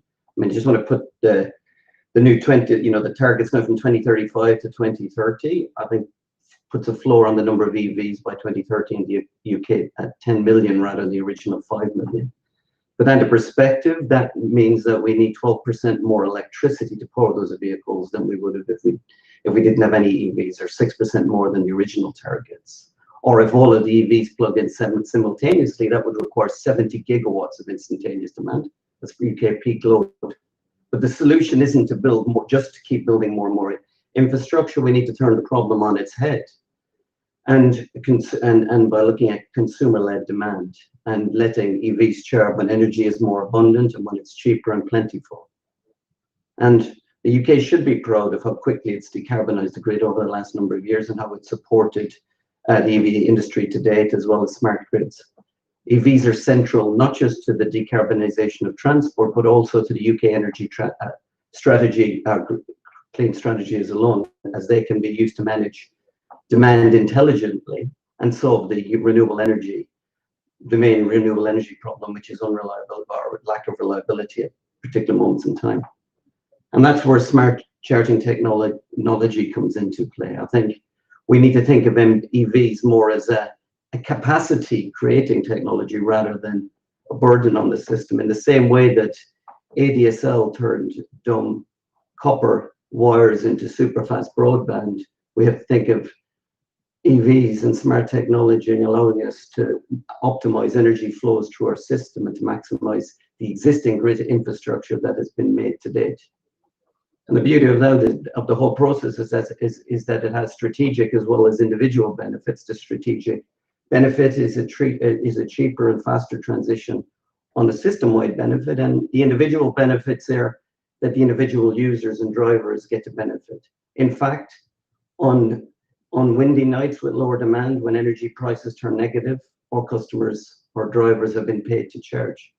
And that's why I founded OMI, to simultaneously empower and reward the customers while helping to solve, I guess, one of the biggest challenges the planet faces is how do we cheaply as well as quickly remove carbon from our transport system. And to me, the solution is by harnessing customer data, grid data, transport data, and use that to help manage customer demand, which then optimizes charging and then can balance the grid simultaneously. And with the right tech, both on the hardware side, the right policies from the government and the right software, we can create this virtuous cycle that benefits everyone. David, so interesting to hear how OMI's technology is really changing the face of charging and helping to manage the cost of EV charging. So now let's go over to questions from the audience. And our first question is, can charging infrastructure keep up with the increased demand that will be created by 2030? Yes, I think it can. I mean, on the private and the home side, where 70% of the charging will occur, I think there'll be no problem getting the units in place and sourcing enough units to fulfill that demand. And the ecosystem is building and growing exponentially. There's going to be more challenge on the off-street side in terms of permissioning to dig roads and plant and put all the infrastructure on roads. So that'll be more of a challenge. And some of the upgrading work that's required on grid to put a lot of the fast charging networks in place will require some not consolidated, but a joined up effort and thinking. But I think that the UK can certainly rise to the challenge. Excellent, David. Very many thanks for taking that question. And do please join us at the end of the session to ask questions of your own to the panelists. Now, on to our third speaker, Fiona Howarth. Fiona is the CEO of Octopus Electric Vehicles, real leaders across charging, and more recently on the leasing side as well. So once again, if you have questions for Fiona or our other speakers, do please post them to us. Fiona, I very much look forward to hearing your ideas. Hi, Shelley. Hi, everyone. Great to be here. And such a pleasure to follow David, who's a bit of a partner in crime on some of the smart charging activities that we're doing. So really great to be here. So I guess a lot of what I've got to say echoes a lot of what people have said already. We welcome the 2030 charging ban. That's fantastic news. I think the more that we can do around driving the uptake of electric vehicles and actually getting vehicles into the country will really help drive all of the kind of clean air and low carbon targets that we want to hit. And also we'll drive the infrastructure. So actually having that commitment to that ban gives a lot of confidence to people that might be willing to invest in infrastructure, put that kit in the ground, and really look forward to that future of low carbon driving. As we look at the overall market in terms of the cars have obviously become brilliant. They are coming thick and fast in terms of new launches.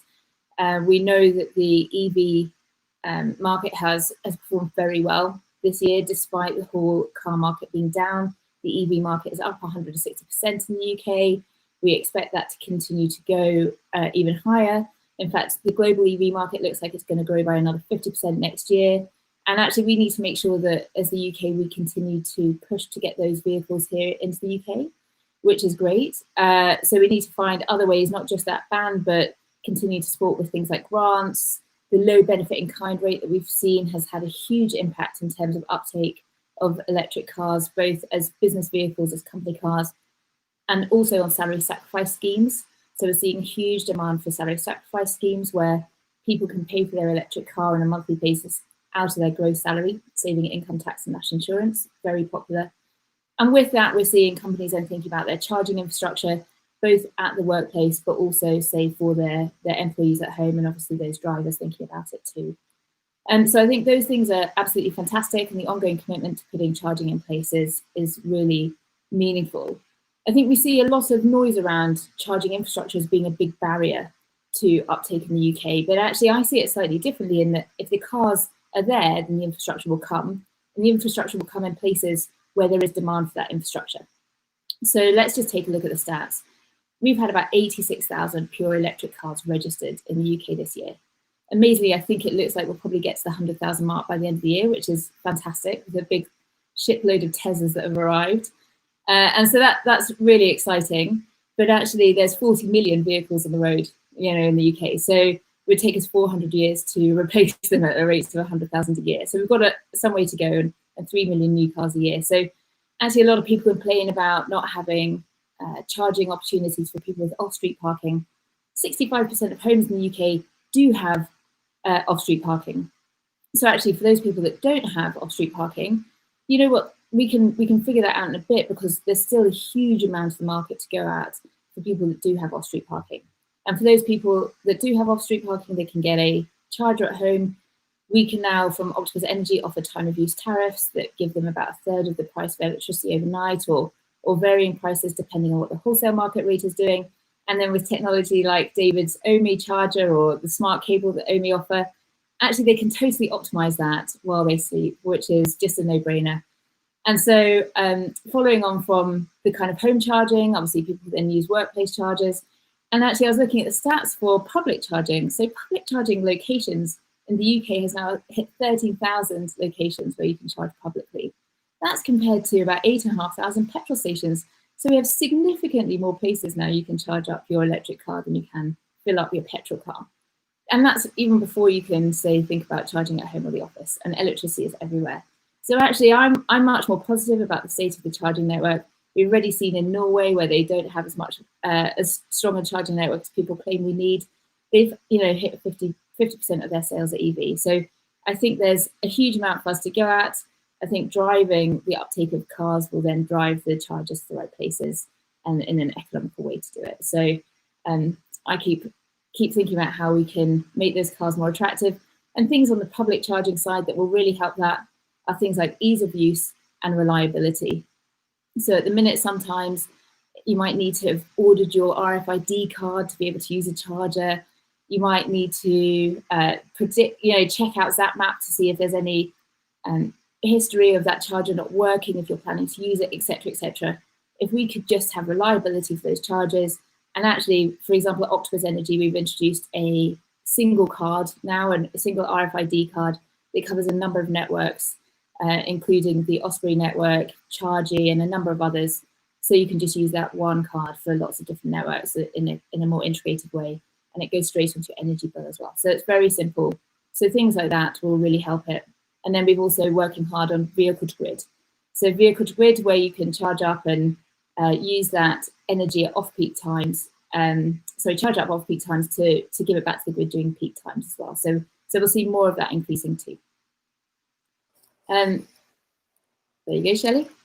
Hello there, Fiona. So Fiona, thank you so much for delivering such a powerful set of ideas. Now we have time to take a question from the online audience. So our first question is, so do you think focusing on people with homes with off-street parking will leave large sections of society behind in the switch to EVs? So I think there's a huge amount of innovation actually for people that don't have off-street parking. So whether it's connected curb or Chargy, a lot of innovation going on in that space. And people are keen to be able to serve that market. A lot of local authorities committing to it. So we will absolutely see those customers being catered for. but also it might be interesting to see what they actually decide to do and where their demand is. So if we can get free charging at a Tesco shop, for example, as you know, we're seeing them popping up in partnership with Pod Point, or maybe while you're at the cinema or while you're at the gym, actually, will you even be paying for using the lamppost charging that's outside your house? I think there's a number of other options, and it'd be really interesting to see. And of course, things like the GridServe charging facility that opened last week, absolutely fantastic innovation there too. Excellent. Well, thank you for those insightful answers. So please do join us again following our UK Charging Infrastructure panel speaker, Carl Anders.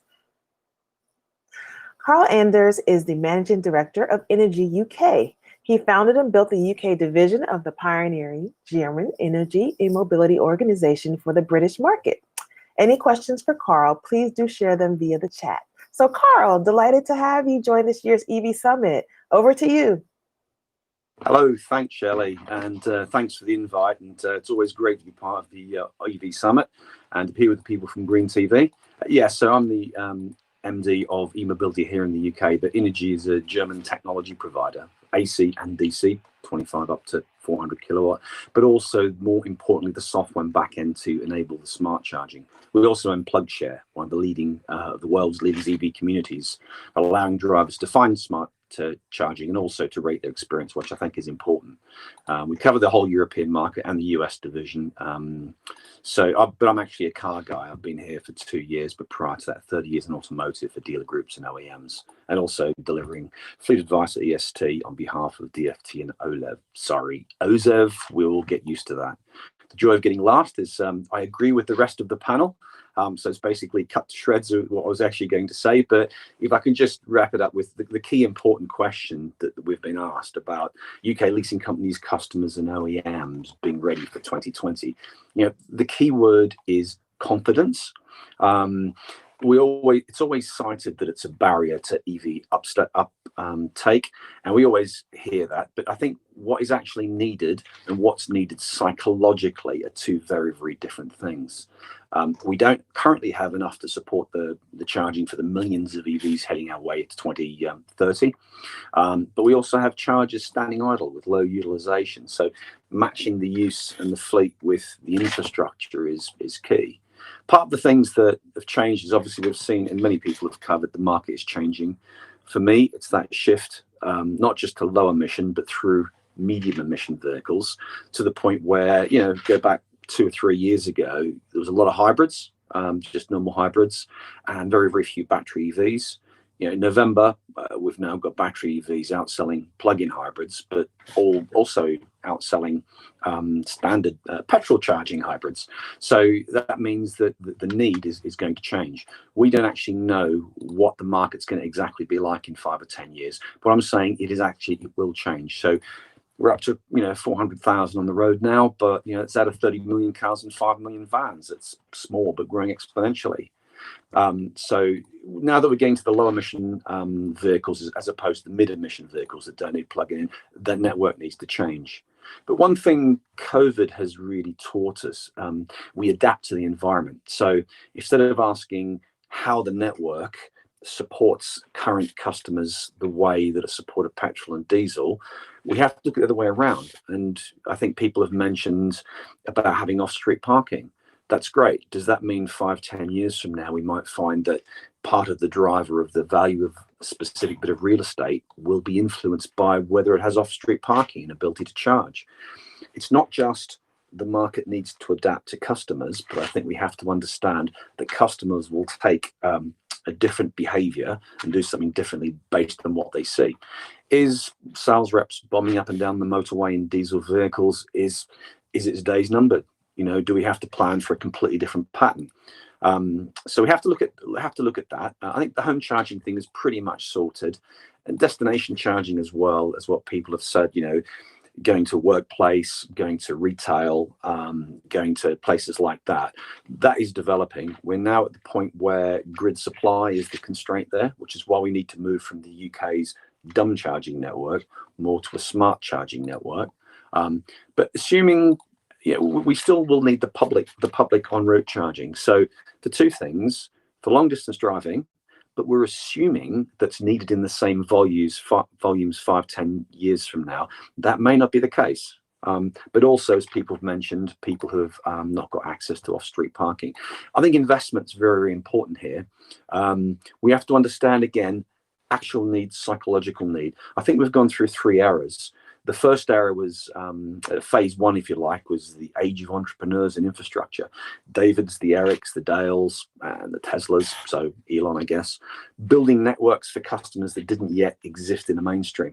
Great, leaders, visionary, great for starting the market, but struggling, with some VC capital against some pretty intimidating financial losses, really. So that was phase 1. It also meant we had some reliability issues, and the public perception of that still continues, so we need to get past it.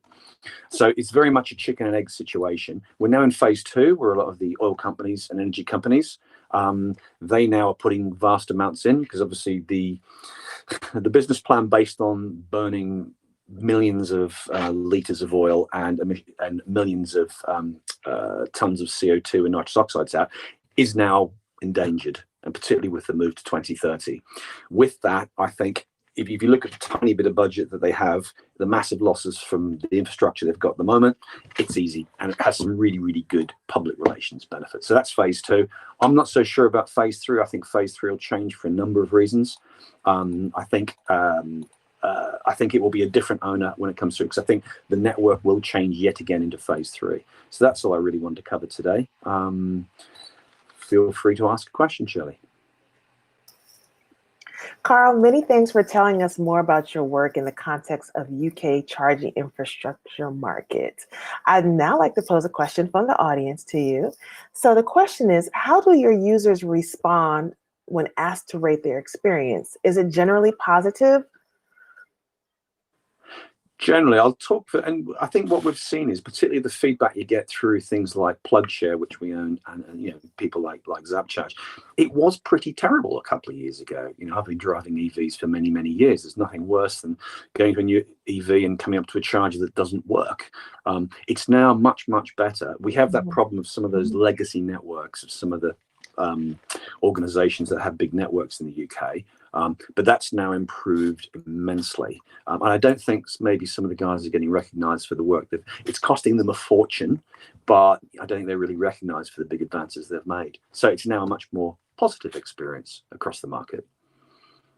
Excellent. Carl, thank you so much for taking that question from our audience. Now we'll bring back the panel. The full panel will be back together, so now you can ask questions of each other. So as our panel keynote, may I invite you, Andrew, to ask the first question to our panel. Okay, thank you very much. So I suppose, what more can the government and industry do to make the EV transition more fair and accessible across all aspects of society? Who wants to go on that one? I think one of the problems we have is if we just leave it to unregulated market, we are going to have the situation where you might have 10,000 chargers within 5 miles of Chelsea and nothing for vast swathes of the UK. What the government has to do is focus on geographic, but also it's horses for courses, and we need to make sure that there's accessible charging that people can charge where they want, when they want, and at a reasonable cost. And I think things like maybe the CMA market study, and also what OZEV are looking at the moment, with they're looking into the industry, is to make it more balanced, and competition will drive it down where infrastructure is all for all. Excellent, excellent. Well, thank you for sharing that. Would you like to pose a question to your fellow panelists? Oh, okay. Fellow panelists, who do you see being the owners of the big public networks in 5 to 10 years' time? Yeah, an interesting question. I think at the minute, obviously, we're seeing a lot of different players entering the market. And so naturally, you would at some point expect consolidation in that space. But I don't think necessarily it'll happen in 5 years' time. I think there's going to be more players growing quite quickly over the next few years. There might be some consolidation, but I would expect maybe by 10 years' time, you'll have seen more of them bought up. I mean, obviously, we've seen the big oil and gas companies start to make a play in that space with Shell with their kind of new Motion acquisition, with BP and ChargeMaster. So it'd be natural for them to continue to do that. Obviously, we've seen energy companies like EDF step in as well with the likes of Pod Point. So certainly it's interesting to see that space. I think the reality is it's got to be people that can understand the customer and that are best at serving that customer and can understand the keeping the maintenance of those chargers so they're working and keep them working well and easy to use. I think that's the most important. And stacking the revenues. Fiona, would you like to pose a question next? Yeah, okay. David, or anyone actually, what is going to stop us moving to a smart, flexible energy system as much as we could? Is there anything stopping us moving to a smart, flexible energy system? Well, I think there's a certain number of regulatory barriers that are certainly stopping us from moving to those to moving to a smarter system, and that is how do you actually compensate suppliers like Octopus and things who provide dynamic tariffs that change over time, and there's implicit use of system costs that aren't fairly spread over the day, or they are for different regions. So when suppliers and market actors actually facilitate that transmission of savings directly to the customers, can we actually put the right regulatory systems in place? There's also questions around the demand response in various different markets that can be created, and that I think market design and that is extremely important, because EVs are not like traditional demand response assets. There's a massive behavioral aspect for it, and there's statistics based. So there's a bit of work that needs to be done in investment by the government to actually figure out how that market should be created and designed. And then the final thing is actually the behavioral part of this thing. We need to bring consumers along in the process. So that's, they need reliability from a system. They need the car to be charged in the morning, so they can get that cheap experience. But if they get 1 or 2 days that it doesn't do what they want and the car is uncharged, then we will lose confidence in their we will lose their confidence, and by losing their confidence, we will not be able to deliver that future system. So it's a bit by bit, I think, on the regulator side, and then a massive obligation on companies like us to provide confidence in the overall experience. Thank you for sharing that, David. Would you like to pose a question next? I guess I would like to. Quite tricky. I guess the question I have for some of the panelists is do they have any suggestions how we rapidly open up the public network? I think that's one of the biggest barriers in the UK, is that, alluding to the fact that the public network is now full of small or medium, small, and lots of other players, and people have many charge cards and many different charge cards or RFID cards, or many things in there, and that's a pretty poor user experience. So does anybody have any ideas how that market's is going to open up quicker? Is that not going to be competition's going to do that? Because what you'll find is, I think, because at the moment, as I said, in phase one, the business plan was to build something to sell, VG backed. But I think because in Europe it's a lot more open charging, I think we have moved a lot more towards a lot more open charging here in the UK. But we still have a few, I guess, some of the heritage legacy networks need to possibly join the party. We need to keep the government not regulating, but I think what we need to do is try and allow the competition to shake that out and basically to force it, because customers need it. It doesn't suit, I guess, some of the business plans of some of the networks, but customers need it. I think competition, those that go that way, will win in the end.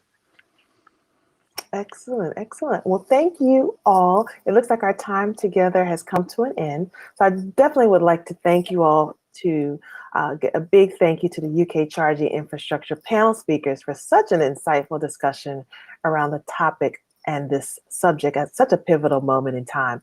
I know I've learned a lot across the panel, so I'd like to say a personal thank you to the speakers. Now, special thanks goes to SSEN for their support with this panel. We are hugely appreciative of that. We'll be back at 2:30 UK time for the crucial sustainability panel, and increasingly important consideration for this sector as it becomes more mainstream and under greater scrutiny. So don't forget to go to the networking sessions while you're taking your break. See you soon.